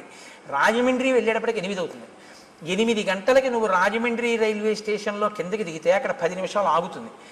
దిగి నువ్వు చూస్తే అక్కడే మంచి అరటిపళ్ళు, చాలా చక్కటి రొట్టెలు అన్నీ అమ్ముతూ ఉంటారు. కాబట్టి నువ్వు అక్కడ నీకు కావలసిన 2 ఇడ్లీ 2 అరటిపళ్ళు అవి కొనుక్కొని చక్కగా అవి తినేసి మళ్ళీ రైలు ఎక్కి కూర్చుంటే 10 నిమిషాల కన్నా ఆగదు, గబగబా కొనేసుకో. రైల్లో కూర్చుని తినేసి మంచినీళ్ళు తాగేసి వాటర్ బాటిల్ మర్చిపోకు, ఎక్కిళ్ళు వస్తాయి. వాటర్ బాటిల్ కొనుక్కుంటే ఎక్కి పడుకున్నావు అంటే హాయిగా తెల్లవారేటప్పటికి 6 హైదరాబాద్ వెళ్ళిపోతూ ఉంటాడు. తెలుసున్నవాడు చెప్పేటప్పుడు రాజమండ్రి వస్తుంది, ద్వారపూడి వస్తుందని చెప్పడు. ఎక్కడ ఏం తినాలో, ఏం తాగాలో, ఎలా పడుకోవాలో, ఎలా వెళ్ళాలో ఎందుకు చెప్తాడంటే ఆత్మీయత అందులో కలిసిపోయి ఉంది. కలిసిపోయి ఉండడంలో అలా చెప్తాడు. కాబట్టి ఇప్పుడు చూడండి, నిజంగా మాట్లాడడంలో వాల్మీకి మహర్షి మాట్లాడించడంలో అందం చూడండి, ఇందుకుని మహాత్ముడయ్యాడు. ఇప్పుడు రాముడి మీద ఎంత ప్రేమతో మాట్లాడుతున్నాడంటే ఋషముఖానికి వెళ్ళి నీ పని అవుతుందని ఏదో చేతకాని వాడికి చెప్పినట్టు చెప్పట్లేదు. ఉపకారం చేయడంలో అంత శ్రద్ధతో చేస్తున్నాడు. మహానుభావుడి వల్ల నేను మళ్ళీ పునర్జన్మ పొందానని సంతోషిస్తున్నాడు. నాయన రామ, నువ్వు లక్ష్మణ సహితుడవై పశ్చిమ దిశగా ఇదే మార్గంలో వెడితే బోలెడన్ని చెట్లు కనపడతాయి. నేరేడు, మోరటి, పనస, జువ్వి, మర్రి, తుమ్మిక, రావి, కొండగోగు, మామిడి, చండ్ర, పొన్న, ఎర్రగోరుంట, కానుగ, నల్లవి, అశోక వృక్షాలు, కడిమి చెట్లు, గన్నేరు చెట్లు, నల్లజీడి చెట్లు, అశోక వృక్షాలు, ఎర్రచందన చెట్లు, దేవదారు వృక్షాలు అన్నీ కనపడతాయి. ఎందుకు ఇవన్నీ? ఆప్యాయత కలిగిన మేనమామ చెప్పినట్టు చెప్పడం. వీటికి మంచి మంచి పళ్ళు ఉంటాయి. లక్ష్మణుడు ఎక్కి కోసి నీకు తెచ్చి పెట్టచ్చు, లేదా కొమ్మలు ఉంచినా కూడా అందుతాయి. అంటే కింద కొమ్మలకు కూడా అన్ని పళ్ళుంటే ఆ పళ్ళు ఎవరు కొయ్యరు. ఎంత వివరంగా మాట్లాడతాడో చూడండి. అక్కడే ఉంటుంది క్యాంటీన్. ఒకవేళ క్యాంటీన్ ఏ కారణం చేతనైనా మూసేసి ఉంటే నువ్వు కంగారు పడకవు, ఇటువైపు కట్టేస్తారు. కానీ అదే టైంలో టిఫిన్ ఎక్కువ తినేవాళ్ళు అవతల ప్లాట్ఫామ్ మీదకి వస్తారు, ఇటు చెక్కలతో క్లోజ్ చేసి అటువైపు అమ్ముతుంటాడు, అటువైపు వెళ్ళు అని చెప్తాడు. చూసారా మా మేనమామ అలా చెప్తాడు చెప్పేటప్పుడు. మీరు ఆ శ్లోకాలలో అవతలాడి ఆప్యాయత చూడాలి ఆ చెప్పడంలో. ఎంత గొప్ప రచనండి మహర్షిది. కాబట్టి లక్ష్మణుడు కొమ్మలు ఉంచి పళ్ళు కొయ్యొచ్చు, తేనె పట్ల నుంచి తేనె కారుతుంటుంది. రామ అవి మీరు తినచ్చు. అది దాటి మీరు వెడితే అక్కడ మీకు ఒక చిక్కటి వనం కనపడుతుంది. అంటే చిక్కటి వనం, చక్కటి వనం, బాగా చెట్లు దగ్గరగా ఉంటాయి. అవన్నీ పూలతో పళ్ళతో నిండిపోయి ఉంటాయి. సర్వకామ ఫలాహ వృక్షాః పాదపాస్తు మధుశ్రమాః సర్వే చ ఋతవస్తత్ర వనే చైత్రరథే యథా. చైత్రరథం అంటే ఎప్పుడు అన్ని ఋతువులు ఉంటేదాన్ని చైత్రరథం అంటారు. అన్ని ఋతువులు ఉన్నట్టే అక్కడ ఎప్పుడు పళ్ళతో, తేనె పట్లతో, పువ్వులతో ఆ చెట్లన్నీ శోభాయమానంగా ఉంటాయి. అక్కడ చక్కగా మీరు తేనె తాగచ్చు, పళ్ళు తినచ్చు. అది దాటి వెళ్ళిన తరువాత మీరు పంపా సరోవర తీరానికి వెడతారు. రామ పంపా సరోవర తీరంలో ఒడ్డున ఎక్కడా కూడా అసలు గులకరాళ్ళు ఉండవు. సాధారణంగా నది ఒడ్డున అన్ని చోట్ల గులకరాళ్ళు ఉంటాయి. గులకరాళ్ళు ఉంటే ఏమిటి అని మీరు అడగచ్చు. రాముడు పాదుకలు లేకుండా నడుస్తున్నాడు, గులకరాళ్ళు ఉంటే గుచ్చుకుంటాయి కాళ్ళు. కాబట్టి రామ పంపానది తీరంలో గులకరాళ్ళు ఉండవు. అంటే ఆయన కాళ్ళకి గుచ్చుకునేవి లేవు. ఎంత ప్రేమో చూడండి నా చెప్పడంలో. పంపానది తీరంలో గులకరాళ్ళు ఉండవు.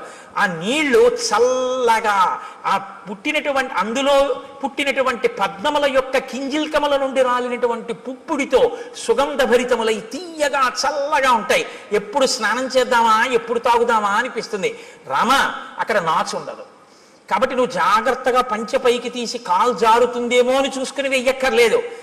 ఆ కింద ఉన్నటువంటి ఇసుక నీకు కనపడుతుంది. ఆ నీరు వెండి పళ్ళెంలా ఉంటుంది, అంత స్వచ్ఛంగా ఉంటుంది. మహానందిలో ఉంటుంది సరోవరం, అలా ఉంటాయి నీళ్లు. రామ నీకు ఇంకొక విషయం చెప్తున్నాను. అక్కడ అనేకమైన పక్షులు ఆ ఒడ్డును తిరుగుతుంటాయి. వాటికి ఏం భయం ఉండదు. అవి చాలా స్వేచ్ఛగా తిరుగుతుంటాయి. అవి ఎంత రుచిగా ఉంటాయో తెలుసా రామ? ఘృతపిండోపమాన్ స్థూలాంతాన్ ద్విజాన్ భక్షయిష్యథ రోహితాన్ వక్రతుండాశ్చ నడమీనాంశ్చ రాఘవ. రామ పెద్ద పెద్ద చేపలు, ముళ్ళున్నవి, రెక్కలున్నవి ఆ నదిలో తిరుగుతుంటాయి పంపా సరోవరంలో. నీతి ముద్ద ఎలా ఉంటుందో అంత కమ్మగా ఉంటాయి అక్కడ ఉన్న పక్షులు. మాంసాహారం ఉన్న వాళ్ళు ఎవరైనా ఉంటే నూరూరే ప్రయత్నంలో ఉండకండి. కాబట్టి అంత కమ్మటి రుచి కలిగినటువంటి పక్షులు ఉంటాయి. కాబట్టి పాంసాయాం యుషుభి మచ్చాన్ తత్ర రామవరాన్ హతాన్ నిస్త్వక్పక్షాన్ అయస్తప్తాన్ అకృషాన్ ఏకకంటకాన్. ఎంత వివరంగా చెప్తాడంటే ఆ నదిలో కొన్ని పక్షులు ఆ నదిలో తిరుగుతుంటాయి. గండు మీనులు, సొర మీనులు, రొయ్యలు, చేపలు అన్నీ ఆడుకుంటూ ఉంటాయి. లక్ష్మణుడు బాణంతో గుచ్చి వాటిని పైకి తీస్తాడు. తీసి అగ్నిహోత్రం మీద ఆ బాణంతో ఇలా తిప్పితే ఎర్రగా కాల్తాయి. నువ్వు అక్కడ ఒడ్డున కూర్చోరామా, కూర్చుంటే ఒక్కొక్క చేపని కాల్చి పట్టుకొస్తాడు. ఆ పక్షిని కొట్టి కాల్చి పచనం చేసి ఆ నీతి ముద్దలా ఉన్న పక్షి మాంసం తీసుకొచ్చి పెడతాడు. చక్కగా నువ్వు ఆ ఒడ్డున కూర్చొని కమ్మగా తిన్న తర్వాత దాహం వేస్తుంది. ఎందుకంటే నీతి ముద్దలా కదా ఉంటాయి. దాహం వేస్తే లక్ష్మణుడు ఏం చేస్తాడో తెలుసా? భృశం తే ఖాదతో మచ్చాన్ పంపాయాహ పుష్ప సంచయే పద్మగంధి శివం వారి సుఖశీత మనామయం ఉధృత్య సతతాక్లిష్టం రౌప్య స్ఫాటిక సన్నిభం అసౌ పుష్కరవర్ణేన లక్ష్మణ పాయిష్యతి. తామరాకులు ఉంటాయి రామ, ఆ తామరాకులు దొప్పగా చేసి పంపా సరోవరంలోకి ఎడతాడు లక్ష్మణుడు. ఆ నీళ్ళు ఎలా ఉంటాయో తెలుసా? వెండి రేకు బోర్లించినట్టు ఉంటాయి, తెల్లగా. అడుగునున్నటువంటి ఇసుక కనపడుతుంటుంది. దాంట్లో బోలెడన్ని పద్మాలు ఉంటాయి. పద్మాలకి కింజిల్కాలు ఉంటాయి. వాటిలోంచి ఆ పుప్పుడంతా నీటి మీద పడుతుంది. అందుకని మంచి ఏదో అన్ని రకాల పదార్థాలతోటి శివాభిషేకం చేస్తే వచ్చిన తీర్థం అన్ని రుచులు కలిసి మంచి సుగంధ ద్రవ్యాలతో సువాసనతో ఎలా ఉంటుందో అలా ఉంటాయి ఆ నీళ్లు. ఆ నీళ్లు తామరాకు దొప్పతో తెచ్చి నీకు ఇస్తాడు. నువ్వు చక్కగా ఏం చేస్తావంటే తామరాకు దొప్పతో చల్లటి నీళ్లు తాగు. సాయంకాలం వేళలో నువ్వు ఆ పంపా సరోవర ప్రాంతంలో తిరుగుతుంటే జింకలు, లేళ్లు తిరుగుతుంటాయి. చెట్లన్నీ పువ్వులెట్టుకున్నాయా అన్నట్టుగా పువ్వులతో శోభిస్తుంటాయి. నీకు సీతమ్మ కనపడలేదు అన్న బెంగ నీకు తీరుతుంది. రామ, అక్కడ పుష్పమాలలు కొన్ని పడి ఉంటాయి. ఆ పుష్పమాలలు ఎన్ని సంవత్సరములైన వాడవు. ఎందుకో తెలుసా? నతాని కశ్చిన్ మాల్యాని తత్రారోపయితా నరః నచ వై మ్లానతాంయాంతి నచ శీర్యంతి రాఘవ. మతంగ మహర్షి యొక్క శిష్యులు గురువుగారికి సేవ చేయడం కోసమని అక్కడికి వచ్చి దర్భలవి సేకరిస్తున్నప్పుడు వాళ్ళ శరీరానికి కలిగినటువంటి శ్రమ వలన పుట్టినటువంటి స్వేద బిందువులు నేల మీద పడి పువ్వులై దండలయ్యాయి. ఆ దండలు ఎవరూ తీసి ధరించారు. వాళ్ళ ఆ శిష్యుల యొక్క చెమట పువ్వులైంది కాబట్టి ఆ పువ్వులు సూర్యరశ్మికి వాడవు, గాలికి ఒడిలిపోవు. అవి ఎన్ని సంవత్సరములైనా అలాగే ఉంటుంటాయి.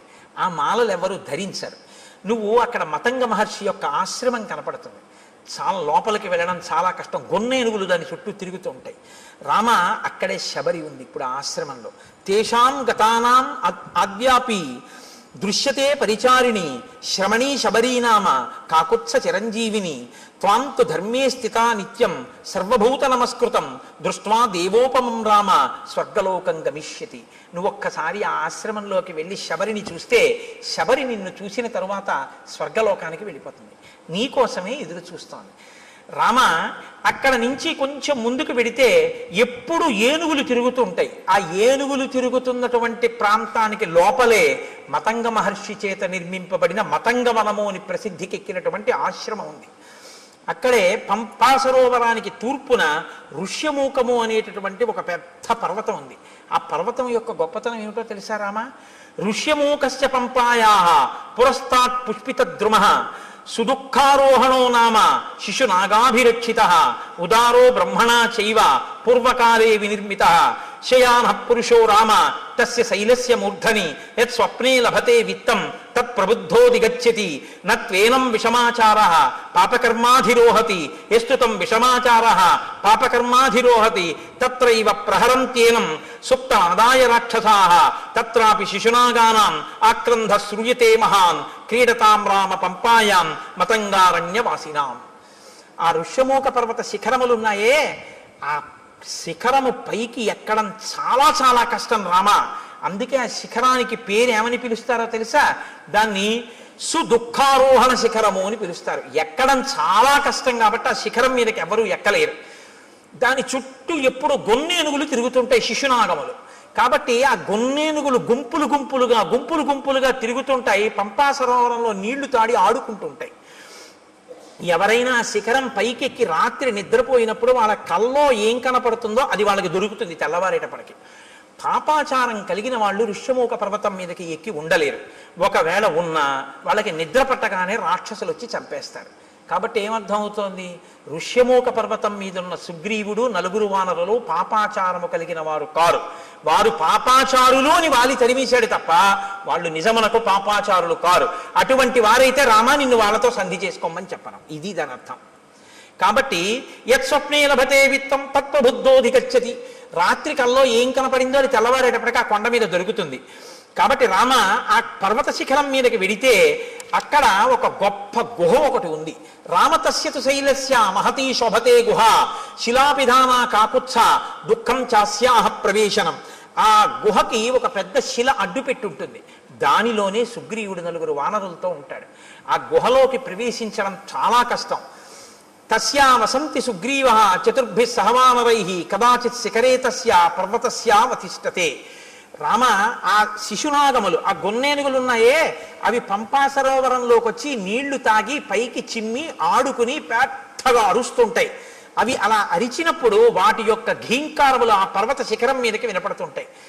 అప్పుడప్పుడు సుగ్రీవుడు గుహలోంచి బయటికి వచ్చి నలుగురు వానరులతో కలిసి ఆ శిఖరం మీద కూర్చుని చూస్తూ ఉంటాడు. ఇవన్నీ అక్కడే ఉన్నాడు. నిజంగా లైవ్ టెలికాస్ట్ ఇస్తారండి. మనం చదువుతుంటే అబ్బా మనం ఒక్కసారి ఆ ఋష్యమూక పర్వతం, ఆ పంపా నది, ఇంకా ఎన్ని చెప్పారో తెలుసా అండి.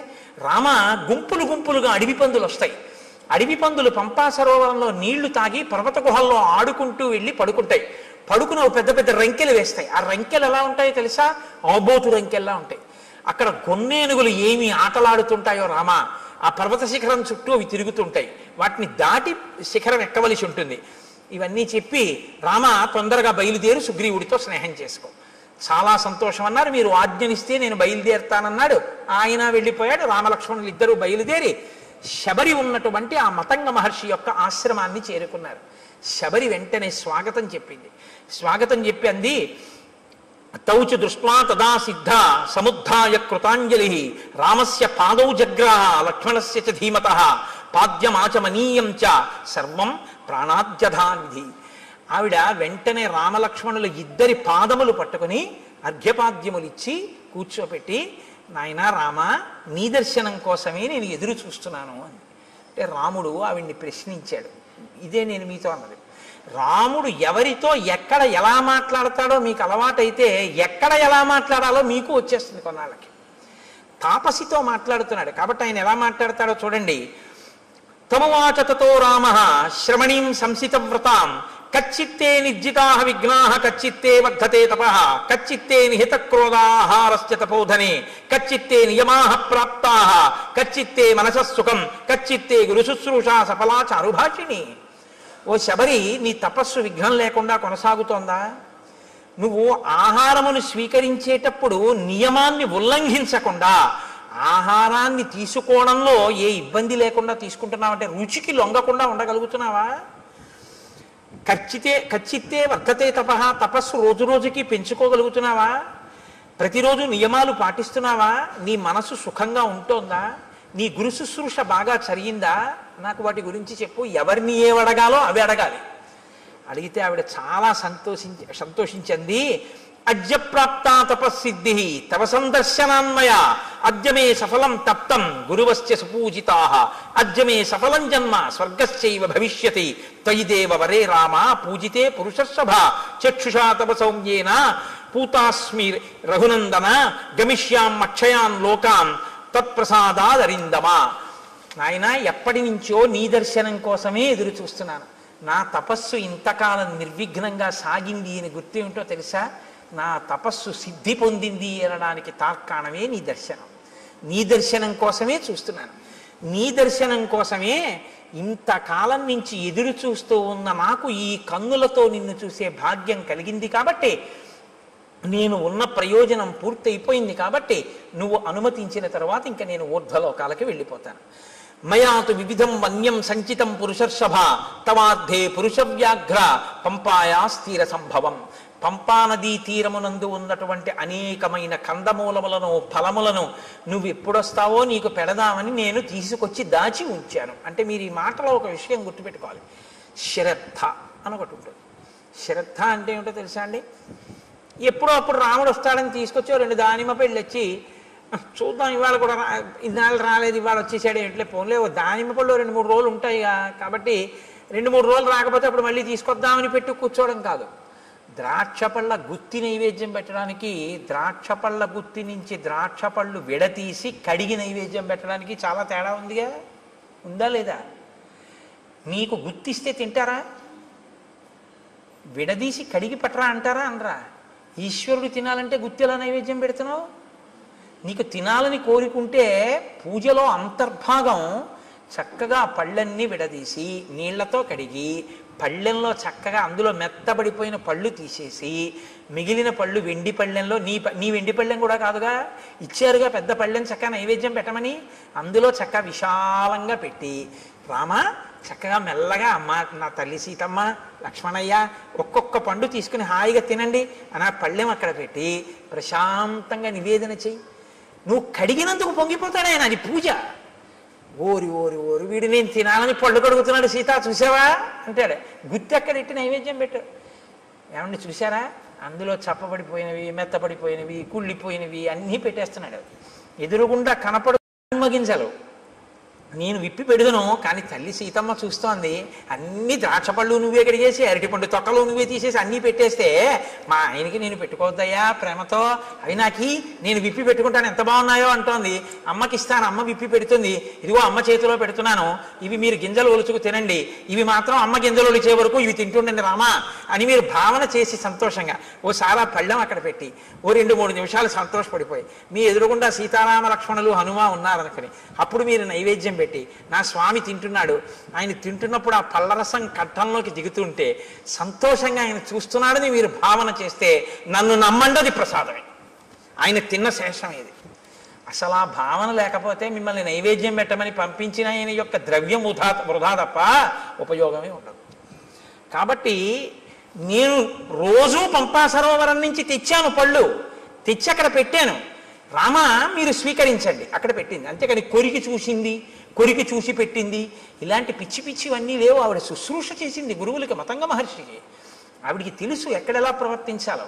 ఆవిడ శ్రద్ధ ఎక్కడా మీకు అర్థమవుతుందని నేను ఈ మాటలు చెప్పాను, నైవేద్యం పెట్టడం ద్రాక్షపళ్ళ గుత్తి గురించి. ఆవిడ అలా ప్రతిరోజు సేకరించి తీసుకొచ్చి అక్కడ పెట్టింది. ఏమో రాముడు వస్తారేమో పెట్టుకోవాలి, ఎప్పటి పళ్ళప్పుడు. నేను చైతన్య కుసుమ ప్రియా అమ్మవారు. అందుకే అమ్మవారికి బంగారు తామరలతో బంగారం పూలు చేయించాలని అంటారు. బంగారం పూలతో చేయిస్తే మీరు గుర్తుపెట్టుకోండి జాగ్రత్తగా, చాలామంది చేసేస్తారు కానీ దానికి ఒక కారణం ఉంటుంది. రెండో రోజు ఎవరో ఏం చేస్తాడు, ఇలా తీస్తాడు ఆ పూలు, అది గీసుకుని అమ్మవారి పాదానికి ఎర్రగా ఉన్న నా తల్లి పాదం మీద గీత పడి చిన్ని నెత్తుటి చుక్క పైకి చిందిందనుకోండి, మీరు 1,000,000 జన్మలు ఎత్తినా మీ పాపం పోదు. ఎవడు చేయమన్నాడు ఆ పూలు? ఓ గడ్డి పువ్వు తెచ్చి అక్కడ పెట్టు చాలు. అందుకే ఆవిడ చెప్పింది చైతన్య కుసుమ ప్రియా, నేను చైతన్యం ఉన్న పువ్వుల్ని ఇష్టపడతాను అని చెప్పింది ఆవిడ. ఈ బంగారం పూలు వెండి పూలు తెచ్చేమని ఎవడో చెప్పలేదు, ఎవడో వెర్రెక్కినవాడు మొదలెట్టాడు ఇవన్నీ. కాబట్టి అలాంటి పిచ్చి పనులు అనవసరం. చైతన్య కుసుమాలు ప్రకృతిలో వచ్చాయి, వాటితో చేస్తే చాలు. అందుకే ఏ ఋతు పుష్పములను ఆ ఋతువునందు పూజ చేస్తే ఈశ్వరుడు ప్రీతి చెందుతాడు. అసాధారణమైనవి తెచ్చే ప్రయత్నం చేయకూడదు. అక్కడ నీకు లభ్యమయ్యే వాటితో చేస్తేనే ఈశ్వరుడు సంతోషిస్తాడు ఎప్పుడు. శ్రద్ధ. కాబట్టి శబరి వాటినన్నింటినీ అక్కడ పెట్టింది. ఇహతే భావితాత్మానో గురవేమే మహావనే జుహావాంచక్రియే తీర్థం మంత్రపూజితం. నాయన ఇదిగో మా గురువు గారి యొక్క గొప్పతనం ఏమిటో చూపిస్తాను రా, ఆశ్రమం చూపిస్తానని తీసుకెళ్ళి గురవోమే మహావనే, మా గురువు గారు ఈ అరణ్యంలోనే తిరిగారు, ఈ ఆశ్రమంలో.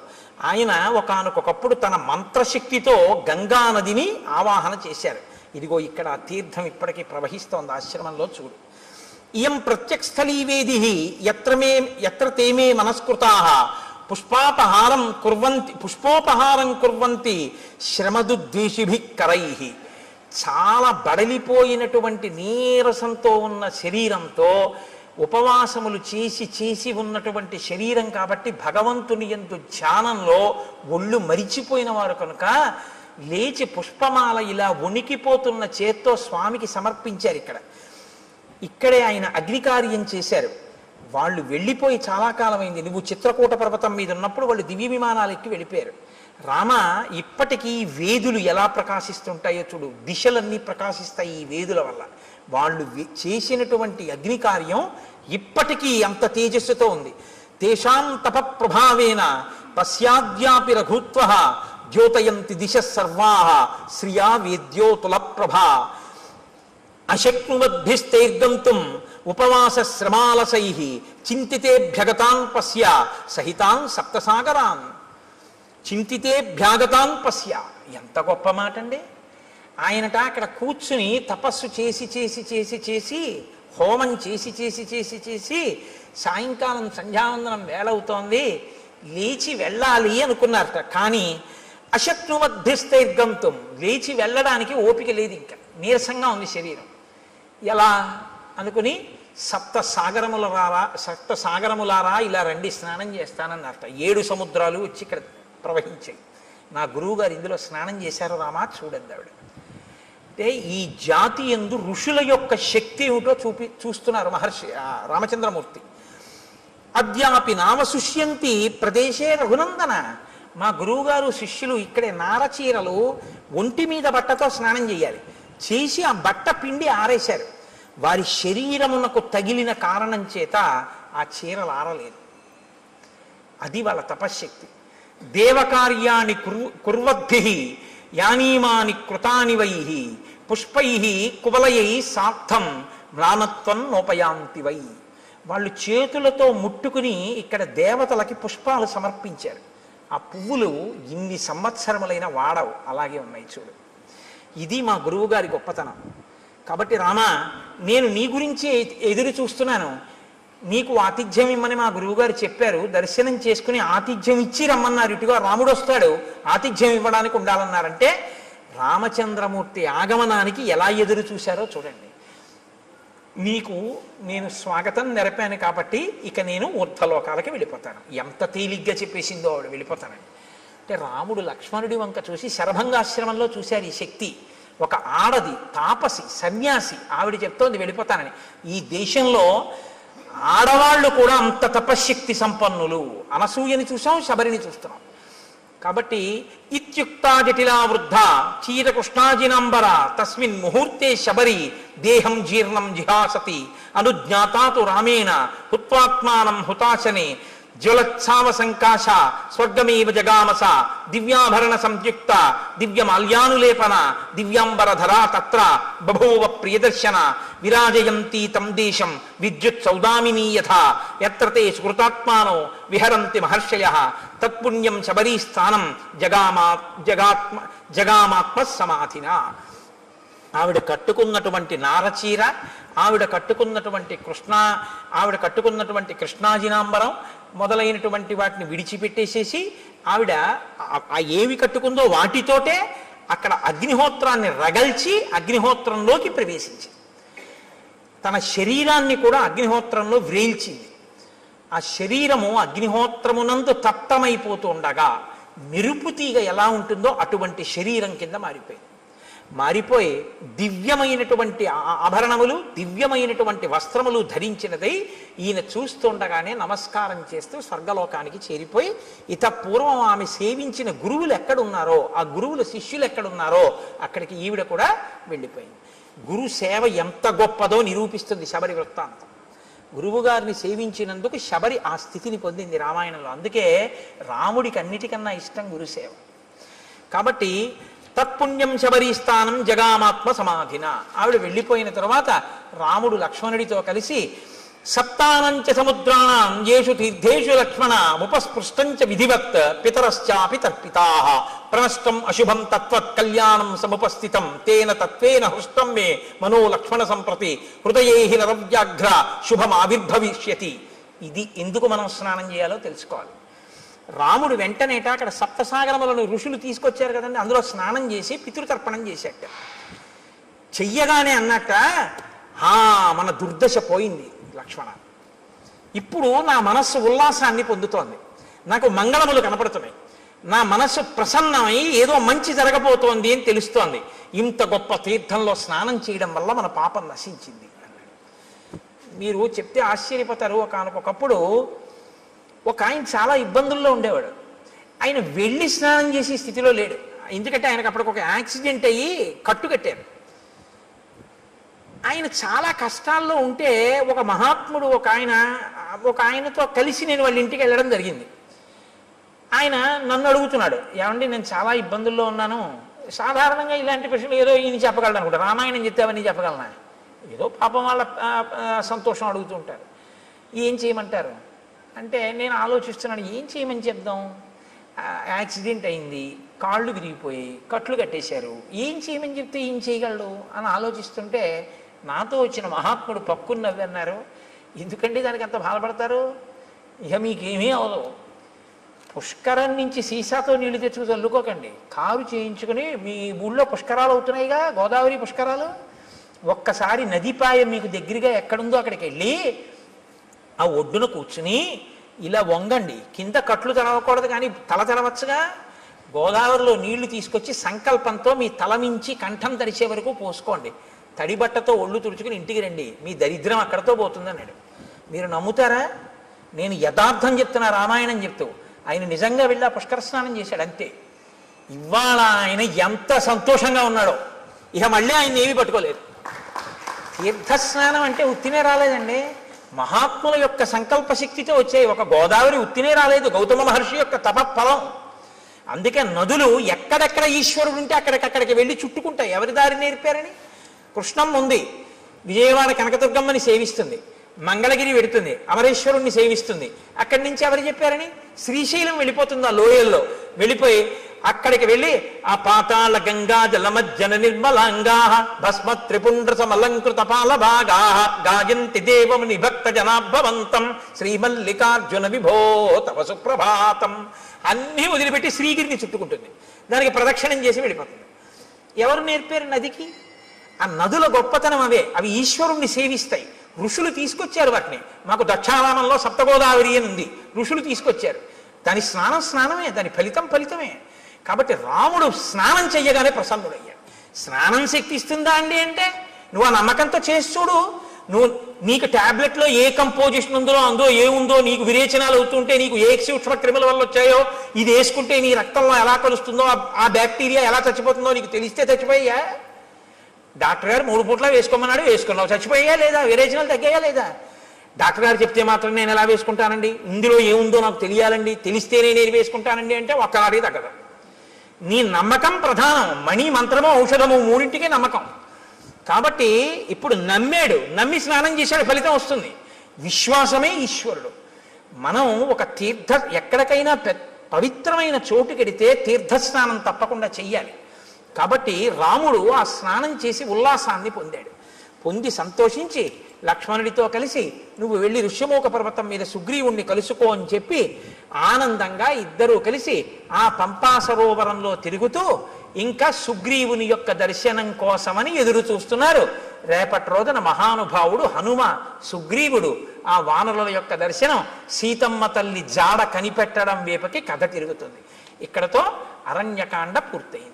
కాబట్టి మనం ఒక్కసారి రామనామం చెప్పుకుని 11 పర్యాయాలు సంతోషంగా తర్వాత మంగళహారతి ఇచ్చిన తర్వాత ప్రసాదం స్వీకరించి బయలుదేరదాం. నారదాది మహామునీంద్రులు నమ్మినది శ్రీరామనామము,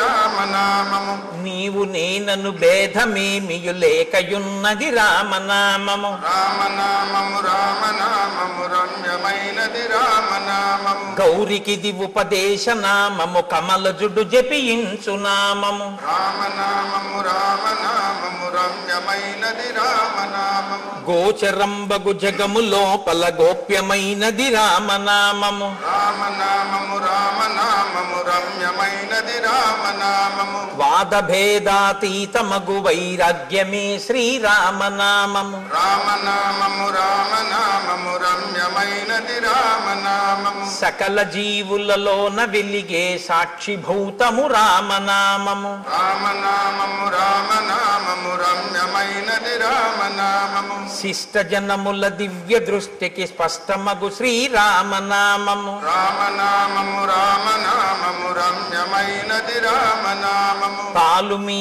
గడ పంచదారల పక్వమే శ్రీరామనామము. రామనామము రామనామము రమ్యమైనది రామనామము, సిద్ధమూర్తులు మాటి మాటికి చేయున్నది శ్రీరామనామము. రామనామము రామనామము జానకీ హృత్కమలమందున అలరుచున్నది రామనామము. రామనామము రమ్యమైనది రామనామము,